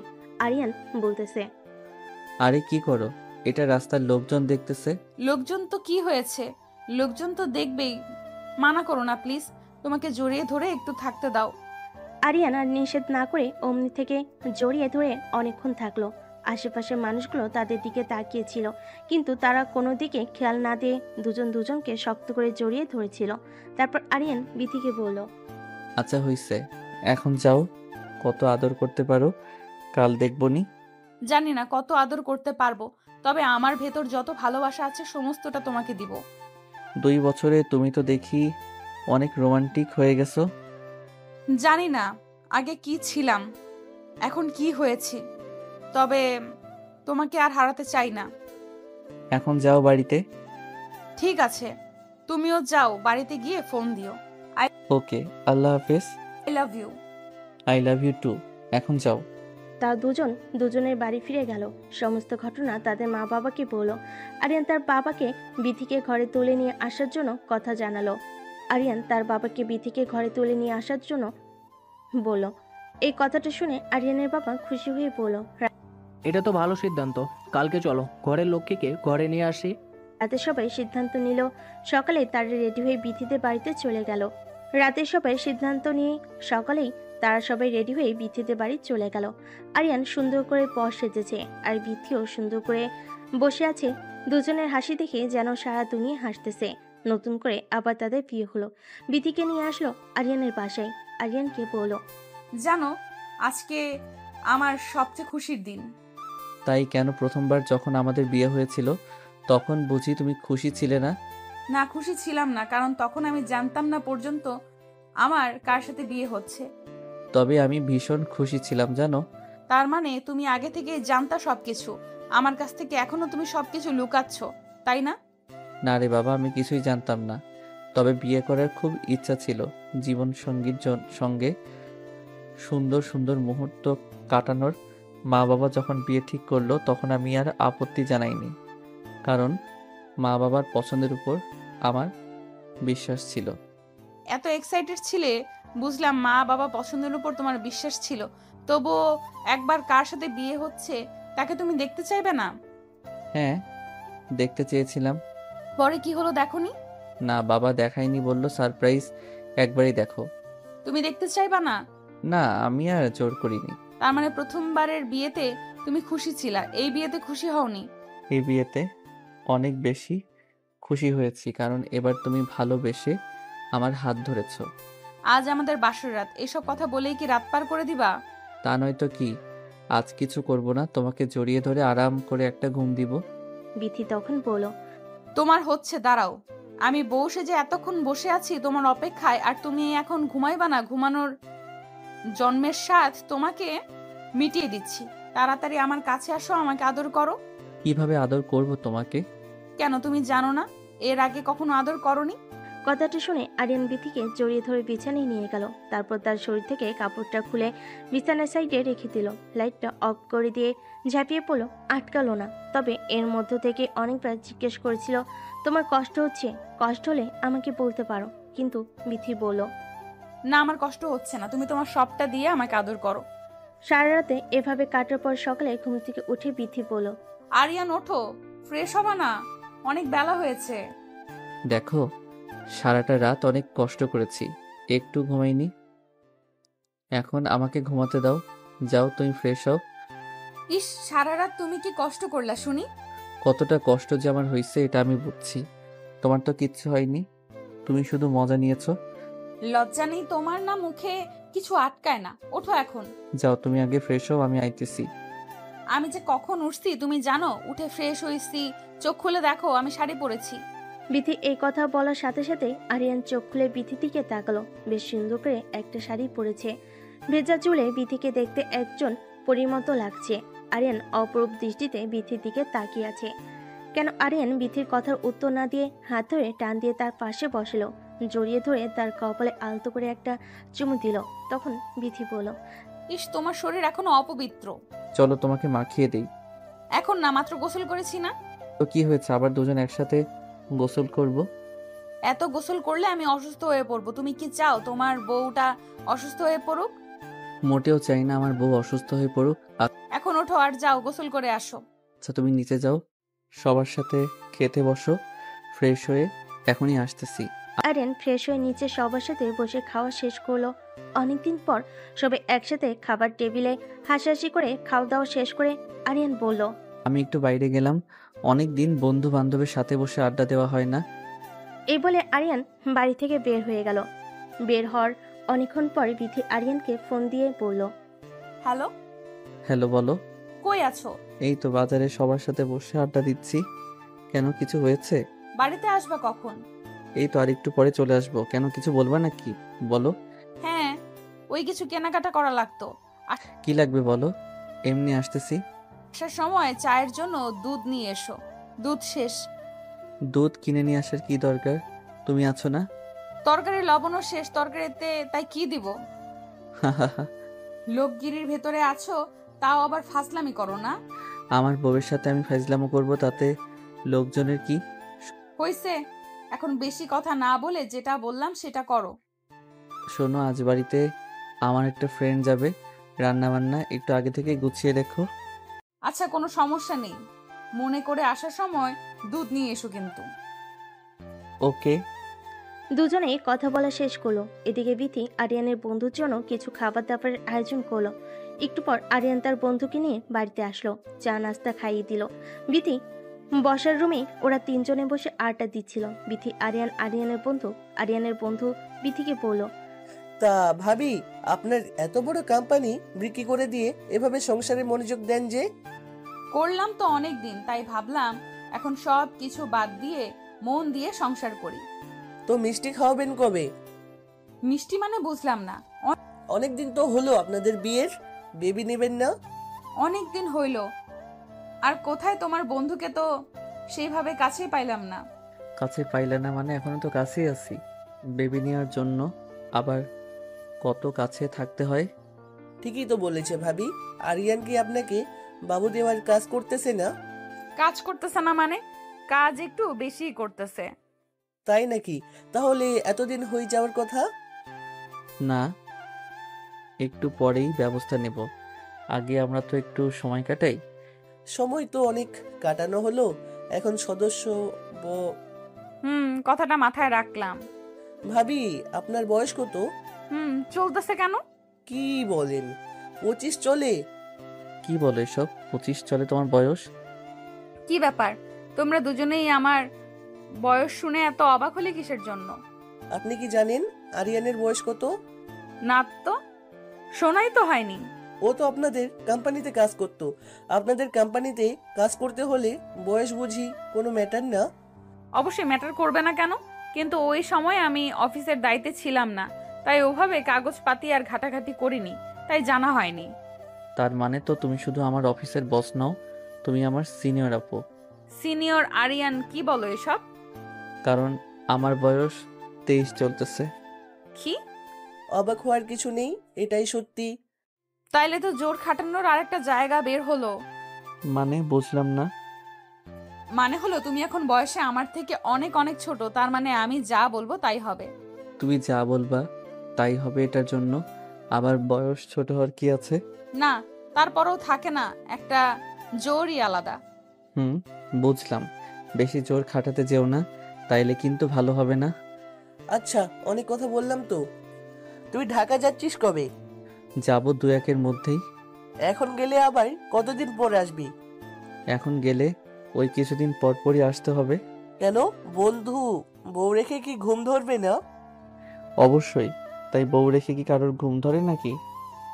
তাহলে বউকে নিয়ে গেলেই তো পারো। না, ও থাক মা বাবার সঙ্গে। এই বলে আরিয়ানের বন্ধু উঠে চলে গেল। আরিয়ানও তাকে বলল আবরে সে ঘুরে যাওয়ার জন্য। তারপর আরিয়ান আর বিথি দুজনের রুমে শুয়েছিল। হঠাৎ করে আরিয়ানদের গেটের কলিং বেল বেজে উঠল। বিথি তাড়াহুড়ো করে দরজা খুলল। একটা মহিলা তাকে দেখে চিনতে পারল না, বলল রুমের ভিতর আসেন। বিথি তখন তার শাশুড়িকে ডাক দিল। তার শাশুড়ি এসে দেখলো তার বোন এসেছে। সে বিথিকে বলল, এটা আমার বোন বিথি। তখন তার খালা শাশুড়িকে সালাম দিল। তখন খালা শাশুড়ি বলল, এটা নতুন বৌমা নাকি? এটা কে? সেই প্রথম বউ নাকি? আরিয়ানকে আবার বিয়ে করাইছিস? আরে না না, আবার বিয়ে করাবো কেন? এটাই আমার আগের বৌমা। ও আরিয়ান বাবা, তাহলে এতদিন পর বাড়িতে এসে আবার সেই বউকেই নিল? কি বলিস তুই এসব? বৌমার সামনে নিবে না কেন?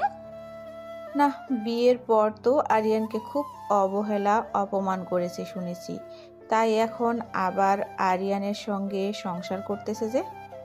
ও আপা, তুই এসব কথা এখন বাদ দে তো, মাত্র আসলি। চল রুমে চল, ফ্রেশ হয়ে পরে এসব কথা হবে। হ্যাঁ মা, আপনি যান, ফ্রেশ হয়ে আসেন, আমি আপনাকে খাবার দিতেছি। না, তোমাকে খাবার দিতে হবে না, আমার বোন তো এখনো বেঁচে আছে নাকি? মার তো বয়স হয়েছে, সে তো এখন ওরকম ভাবে কাজ কাম করতে পারবে না। ও সেরকম ভাবে কাজ কাম করতে পারে না বলেই এই সুযোগে তুমি সংসারটা হাতিয়ে নিবে? না না মা, এ কি বলেন? সংসার? অবশ্যই এটা আমার বোনের সংসার, আর সারা জীবন তারই থাকবে। কি যে বলিস না তুই, সারা জীবন কি আমি বেঁচে থাকবো? বেঁচে থাকবি না মানে বেঁচে থাকতেই হবে। তা হয়েছে, এখন যাও তোমার খালা শাশুড়ির জন্য একটু শরবত নিয়ে আসো। আচ্ছা মা, আপনি খালাকে নিয়ে রুমে যান, আমি ঠান্ডা শরবত নিয়ে আসতেছি। আচ্ছা যাও, একটু তাড়াতাড়ি করো। বিথি ঠান্ডা শরবত বানিয়ে তার খালা শাশুড়িকে দিয়ে তার রুমে গেল। মনটা ভার করে বিছানায় বসলো। বিথির মন বার দেখে আরিয়ান বলল।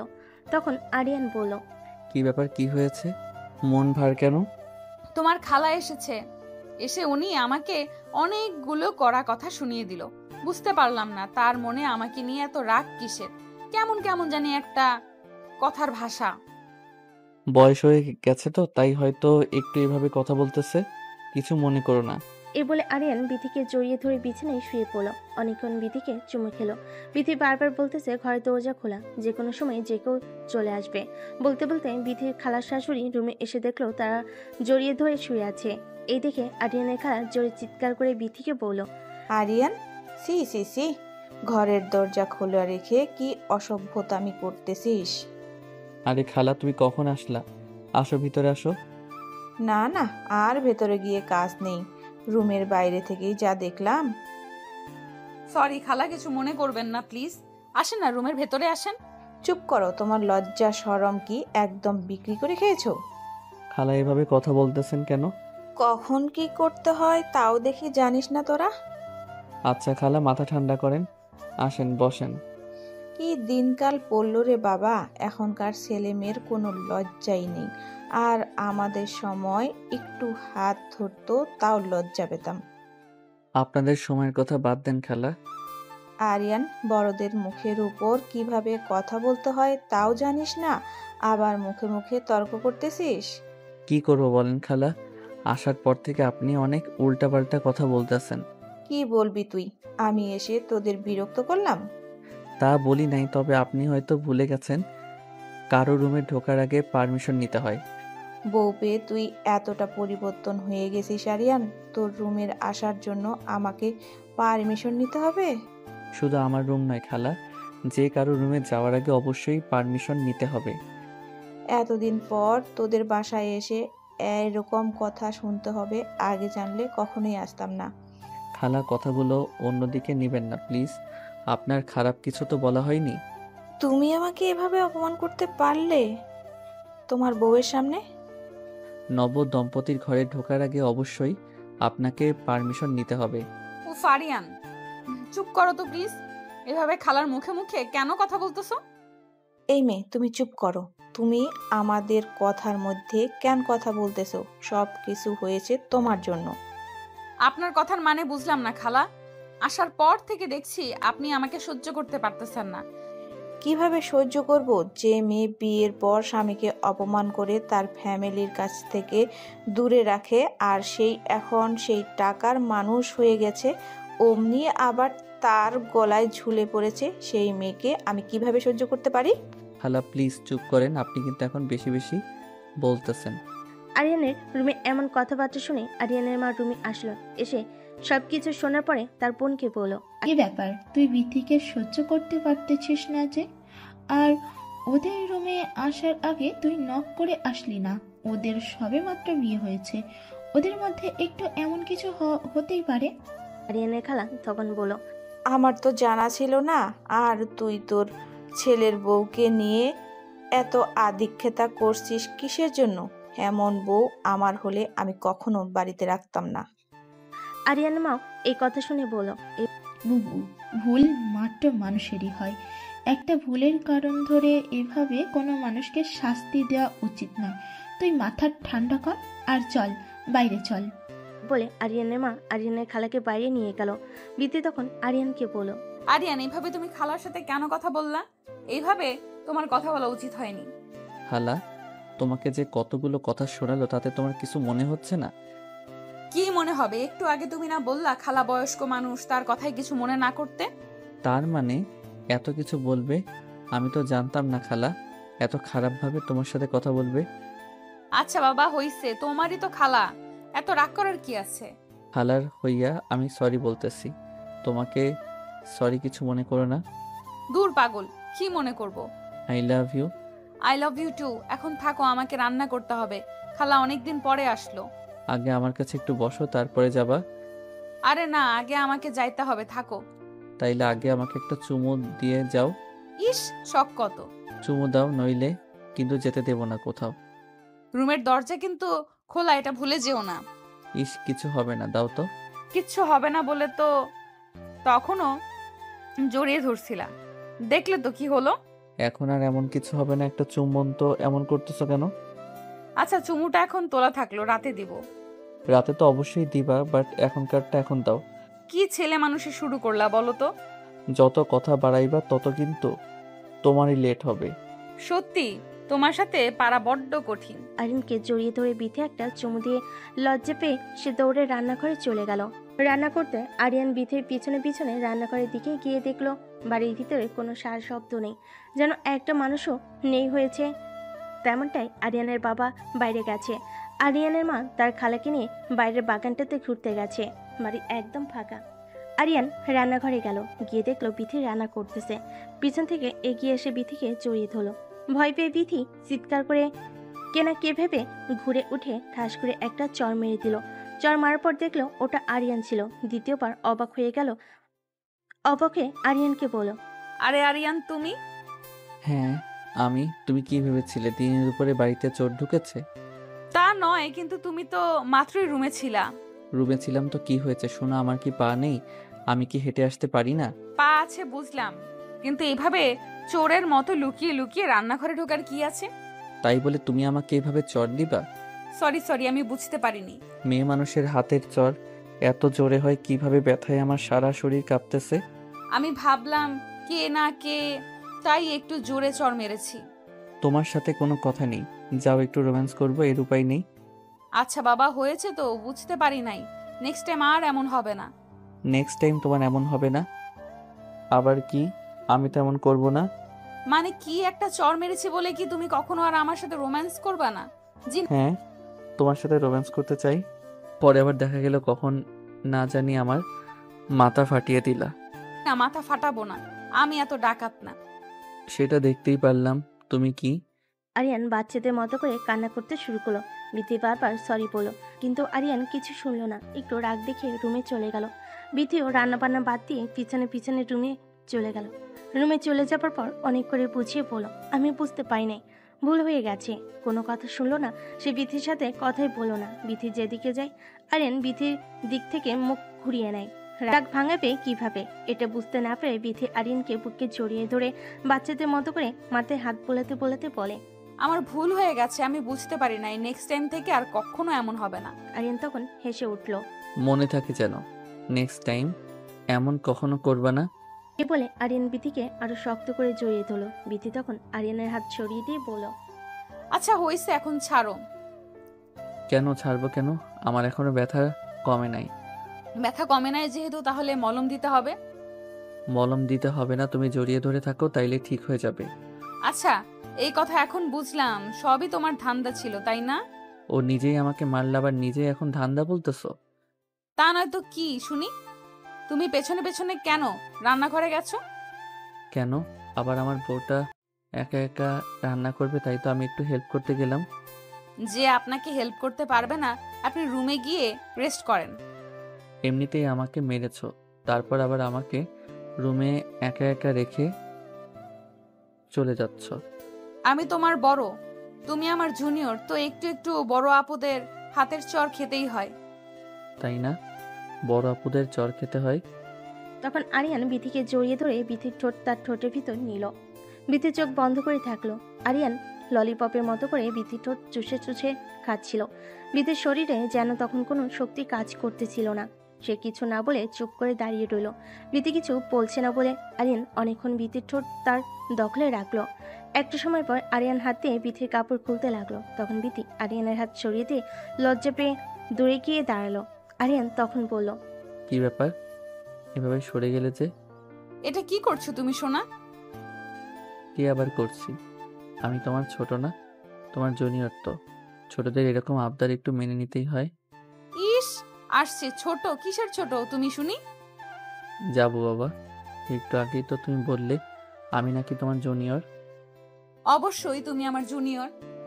তোর জুনিয়র যখন, তাহলে জুনিয়রদের এরকম দুষ্টামি মেনে নিতেই হবে আপু। দেখো কি যে বলো না এসব।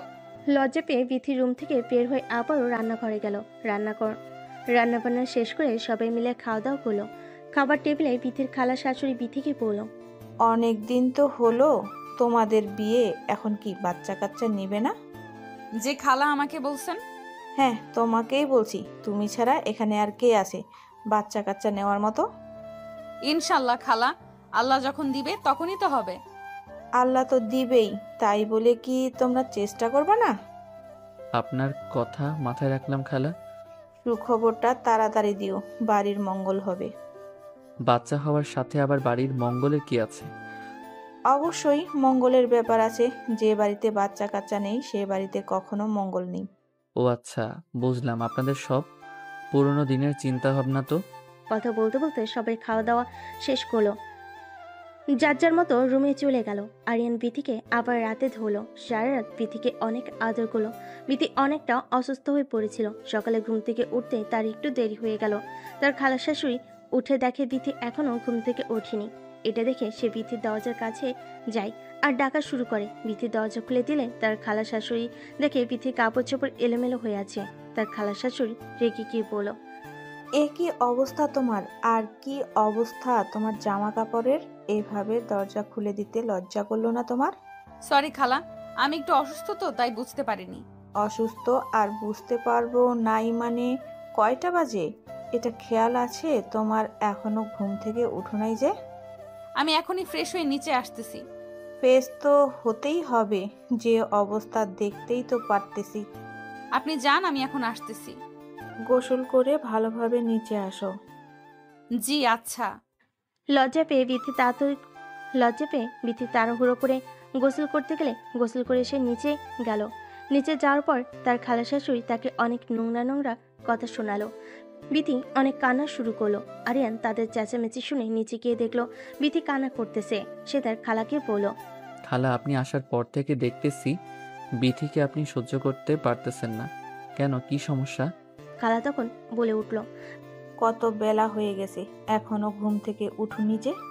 আরিয়ান তখন বলল, খালা, ও অসুস্থ, এই জন্য উঠতে দেরি হয়েছে। তা কালকেই তো দেখলাম ভালো রাতের মধ্যে আবার অসুস্থ হয়ে পড়লো কিভাবে? অসুস্থ মানুষ কখন কিভাবে হবে এটা কি বলে কয়ে আসে? ওহো আরিয়ান, চুপ করো তো প্লিজ। তুমি চুপ করো, তুমি যাও রুমে, যে চুপচাপ শুয়ে থাকো। রুমে গিয়ে শুয়ে থাকবে মানে? রান্না বান্না কে করবে? কে করবে? আবার মা করবে। বিথি অসুস্থ, অসুস্থ শরীর নিয়ে কেউ এখন রান্না বান্না করবে? তোর মা বয়স্ক মানুষ, তোর বউকে রুমে শুইয়া রাইখা তোর মাকে দিয়ে কাজ করাবি? ওহ বুবু, তুই কি শুরু করলি বলতো? বিথি অসুস্থ, তুই কি কথা বলতে পারছিস না? অসুস্থ হলে শুয়ে থাকতে হয় না, তাহলে অসুখ আরো বেশি হয়ে কাজ কাম করবে, খাওয়া দাওয়া করে ওষুধ পানি খাইলেই তো অসুখ ঠিক হয়ে যায়। সব সময় শরীর একরকম থাকে না খালা। আরিয়ান, তুমি রুমে যাও তো। মা, তুমি খালাকে কিছু বলো। এভাবে কথায় কথায় বিধির ভুল ধরা বন্ধ করতে বলো প্লিজ। বলে আরিয়ান বিথিকে নিয়ে রুমে চলে গেল। রুমে গিয়ে বিথিকে বিছানায় শুয়ে দিল। আরিয়ান ফ্রেশ হয়ে এসে বিথির মাথা টিপে দিচ্ছিল। বেচারার খুব মন খারাপ ছিল। আরিয়ান এটা বুঝতে পারল। কি বলবে ভাষা খুঁজে পাচ্ছিল না। তখনই আরিয়ানের মা আসলো। এসে বিথিকে বলল, মা, কিছু মনে করো না, তোমার খালার অনেক বয়স হয়ে গেছে তো, ওর মাথাও ঠিক নেই, তাই কখন কার সাথে কিভাবে কথা বলতে হয় এটাও বুঝতে পারে না। তুমি কিছু মনে করো না মা, 2 দিনের মধ্যে চলে যাবে। বিথি বলল, না না মা, কি যে বলেন, আমি কিছু মনে করিনি। খালা বয়স্ক মানুষ, ভুল ত্রুটিতে ধরবেই। আমি জানি তোমার অনেক অভিমান হয়েছে। না মা, এমন কিছু না, আমারই তো ভুল। আজ অনেকটা লেট হয়ে গেল। কোনো লেট হয়নি, তোমার শরীর খারাপ বেশ করেছো, শুয়ে আছো, শুয়ে থাকো, আমি খাবার তোমার রুমে পাঠিয়ে দিব। মা, আপনি রান্না করবেন কেন? আমি রান্না করতেছি। চুপচাপ শুয়ে থাকো, বেশি পাকনা পাকনা কথা বলো না। আমি কি রান্না বান্না করতে পারি না, নাকি আমি রান্না করতে পারি? আমি কখন থেকে তাকে এই কথাটাই বোঝানোর চেষ্টা করতেছি, কিন্তু তোমার বৌমা তো জেদি, কিছু বুঝতেছে না। বুঝবে না মানে? তুই বোঝা, ও যেন রুম থেকে বের না হয়, তুই ওর পাশে বসে থাক। আরিয়ানের মা রুম থেকে বের হয়ে যাওয়ার পর তার খালা আসলো। রুমে এসে বিথিকে বলল, বিথি বলল। আরিয়ানের খালা রুম থেকে বের হয়ে যাওয়ার পর আরিয়ান বিথিকে বলল, কাল ভেবে নিতে বললাম, তোমার কি আজকেই বাচ্চা কাচ্চা হয়ে গেল নাকি শরীর খারাপ করতেছে? জানি না খালা, বুঝতে পারতেছি না, কেমন জানি একটা লাগতেছে। শোনো, আমার কথায় কিছু মনে করো না। না না খালা, কিছু মনে করিনি, ভুল তো আমারই হয়েছে। ডাক্তার নিয়ে এসে পরীক্ষা নিরীক্ষা করো, দেখো বাচ্চা কাচ্চা হলো নাকি। জি আচ্ছা। খবরটা তাহলে শুনে যেতে পারবো? আচ্ছা খালা, খুব শীঘ্রই আপনাকে সুখবর দিবনি। বিথি লজ্জা পেয়ে কিছু না বলে বালিশে মুখ চেপে ধরলো। আরিয়ান দরজা লাগিয়ে দিয়ে জড়িয়ে ধরলো। বিথি বলল, বাচ্চা বাচ্চা নিতেই হবে, সবাই পাগল হয়ে গেছে বুঝছো, একটা ব্যবস্থা নিতে হবে আমাদের। আরে আরে কি করো? শুনলে না খালা কি বললো? তাই বলে তুমি এখন এসব করবা নাকি? হ্যাঁ, কারণ খালা 2-1 দিনের মধ্যে বাসায় চলে যাবে। তুই শুনলা না খালা সুখবর শুনে যেতে চাই। এই যাও, আমি অসুস্থ, এটা ভুলে গেছো নাকি? ব্যথা দিব না, আস্তে আস্তে আদর করব। একদমই না, আমি তোমাকে বিশ্বাস করতেছি না। রাতেও এই সেম কথা বলে অনেক ব্যথা দিয়েছো। বেশি চিল্লা পিল্লা করলে, বেশি নড়াচড়া করলে তো ব্যথা লাগবেই। তোমাদের আবার কিসের ব্যথা? কত কষ্ট যে আমাদের হয় এটা আমরা বুঝি। ইস, কি কথা, তোমাদের কি ব্যথা হয় না শুনি? আমাদেরই তো ব্যথা, তোমরা তো শুধু শুয়ে থাকো আর যত কষ্ট আমাদের করতে হয়। লজ্জাহীন ছেলে, যাও দরজা খুলে দিয়ে আসো। আচ্ছা, শুয়ে একটু রেস্ট করো, রাতে ব্যবস্থা করতেছি। একদমই বাড়াবাড়ি করলে তোমাকে বাইরে রেখে দরজা লাগিয়ে রাতে ঘুম পারবো। তারা রুমের ভিতর অনেকক্ষণ হাসাহাসি করে মজা করলো। আরিয়ানের মা রান্না করে বিথিকে রুমে খাইয়ে দিতে গেলে বিথি খাবার খাচ্ছিল আর আরিয়ানকে বলতেছিল, সত্যি তোমার মা অনেক ভালো মনে মানুষ, আমাকে একদম মেয়ের মতো করে ভালোবাসে, কত যত্ন করে আমি বলো। আরিয়ান বিথির কথা শুনতেছিল আর থেকে থেকে খাবার খাইয়ে দিচ্ছিল।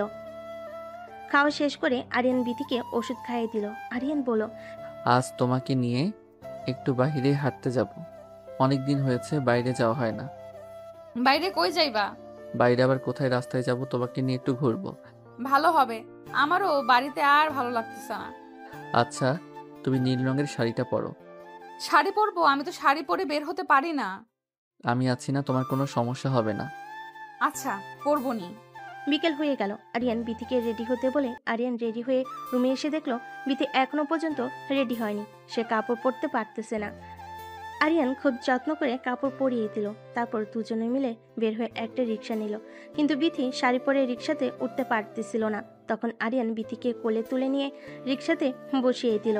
তারপর তারা অনেক ঘোরাঘুরি করলো, অনেক কিছু খাওয়া দাওয়া করলো, অনেক সুন্দর সুন্দর ছবি উঠালো। সন্ধ্যার আগ দিয়ে তার রেস্টুরেন্টে খাওয়া দাওয়া করে বাড়ির সবার জন্য খাবার নিয়ে আসলো।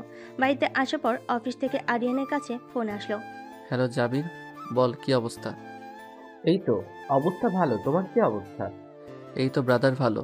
হ্যাঁ, অনেকদিন হয়ে গেল বাড়িতে গেছো, আর আসতে ইচ্ছে করছে না নাকি? হ্যাঁ, যেতে তো হবেই, একটু কাজ কাম করলাম তো, তাই ব্যস্ত ছিলাম। ফোন দাও না, আর খোঁজ খবরও নাও না। তোমার ভাবিকে নিয়ে আজকে একটু বের হয়েছিলাম। ও ভাই, আচ্ছা, তাহলে বউকে নিয়ে তুমি আনন্দ মস্তি করতেছো, এই জন্য আর অফিসের খবর নেই? তা না, কিন্তু আমি তো দায়িত্ববান মানুষের কাছেই দায়িত্ব দিয়ে এসেছি। তা ভাইয়া একা একাই বিয়ে শাদী করলা? আমাদের জন্য একটা মেয়েকে দেখো। আমার পছন্দের মেয়েকে কি আর তুমি বিয়ে করবে ভাই? কেন বিয়ে করব না? যা, আমরা তো পছন্দের কোনো মেয়ে নাই। আচ্ছা, বললা যখন খোঁজখবর নিয়ে জানাবো। তো ভাই, খুশির মিষ্টি খাওয়াইবা কবে? কি রে ভাই, যেখানে যাই শুধু এই একই কথা বলে, এছাড়া কি কোনো কথা নেই?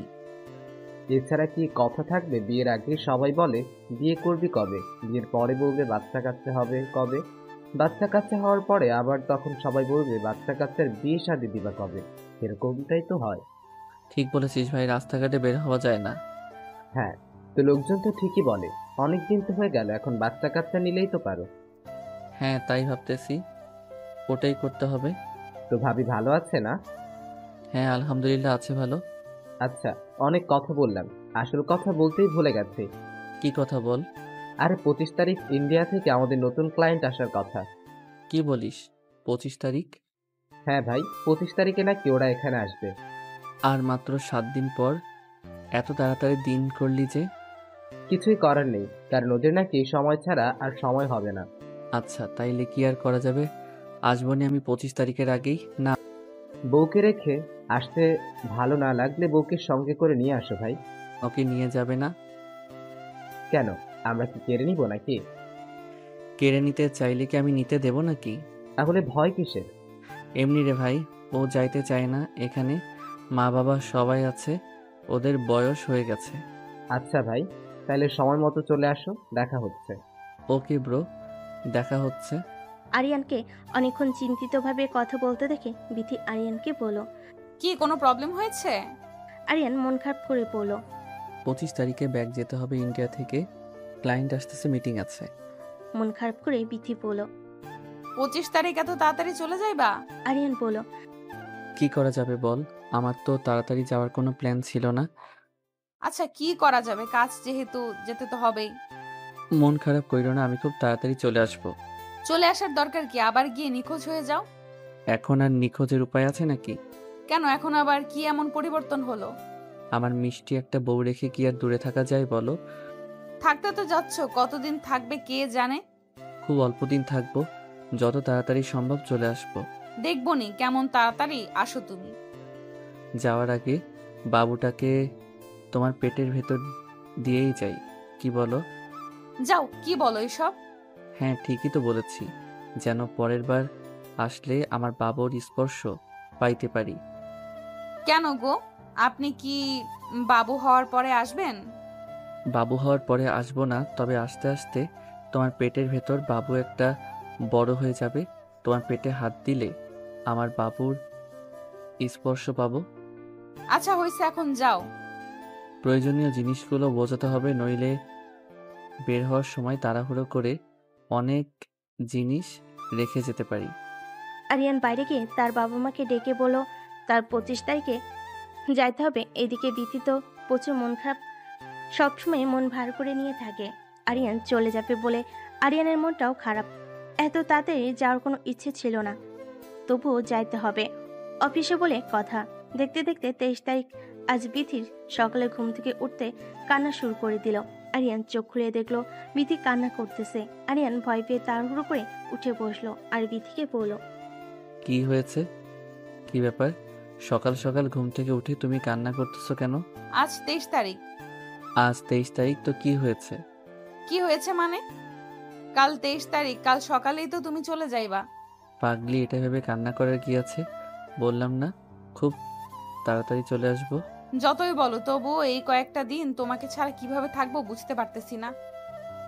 যখন 2টা বছর ছিলাম না তখন কিভাবে ছিলা? কিভাবে যে ছিলাম ওটা শুধু আমিই জানি, ওটা কাউকে বোঝানোর মতো কথা না। জানি, আমি খুব কষ্টে কাটিয়েছো। ঢাকা যেয়ে আবার আমাকে ভুলে যাবে না তো? পাগল তুমি, তোমাকে ভুলবো আমি? ভুলতেও তো পারো। আমি মরে যাব তাও তোমাকে ভুলবো না। চুপ, কি সব কথাবার্তা বলো তুমি? তাহলে তুমি কান্নাকাটি করা বাদ দাও। ঘুম থেকে উঠে খাওয়া দাওয়া করে আরিয়ান তার প্রয়োজনীয় সমস্ত জিনিসপত্র গোছাতে লাগলো। বিথিও সঙ্গে হেল্প করতেছিল। দুপুরে গোসল করার আগে আরিয়ান বিথিকে কোলে করে বিছানায় নিয়ে গেল। একটানে বিথির কাপড় খুলে দিল। বিথি চোখ বন্ধ করে রইল। আরিয়ান আস্তে আস্তে বিথির ব্লাউজের বোতাম খুলতে লাগলো। তারপর সারা শরীর থেকে জামা কাপড় খুলে ফেলে দিল। একইভাবে আরিয়ানও তার শরীরের জামা কাপড় সরিয়ে ফেলে নিজেদের মধ্যে আর কোনো কিছু দূরত্ব রাখলো না। দুজনেই মিলেমিশে একাকার হয়ে গেল। প্রচুর আদর করলো। বিথি বলল, ইস, ব্যথা লাগছে। আর একটু সহ্য করো। আর একটুও পারবো না, তুমি ছাড়ো আমায়। আর একটু বাবা, ঠিক হয়ে যাবে, চলেই তো যাব। চলে যাবা বলে এতটা বেশি ব্যথা দিবা? আমার ভালো লাগছে, বোঝো প্লিজ। ঠিক আছে, এখন যত ইচ্ছা হয় তত করে নাও রাতে, কিন্তু খবরদার আমার শরীরে টাচ করবে না। আচ্ছা, রাতেরটা রাতে দেখা যাবে। চলে যাওয়ার আগে এভাবে ঝামেলা করবে না। ঝামেলা আবার কই করলাম? তুমি তো ঝামেলা করতেছো।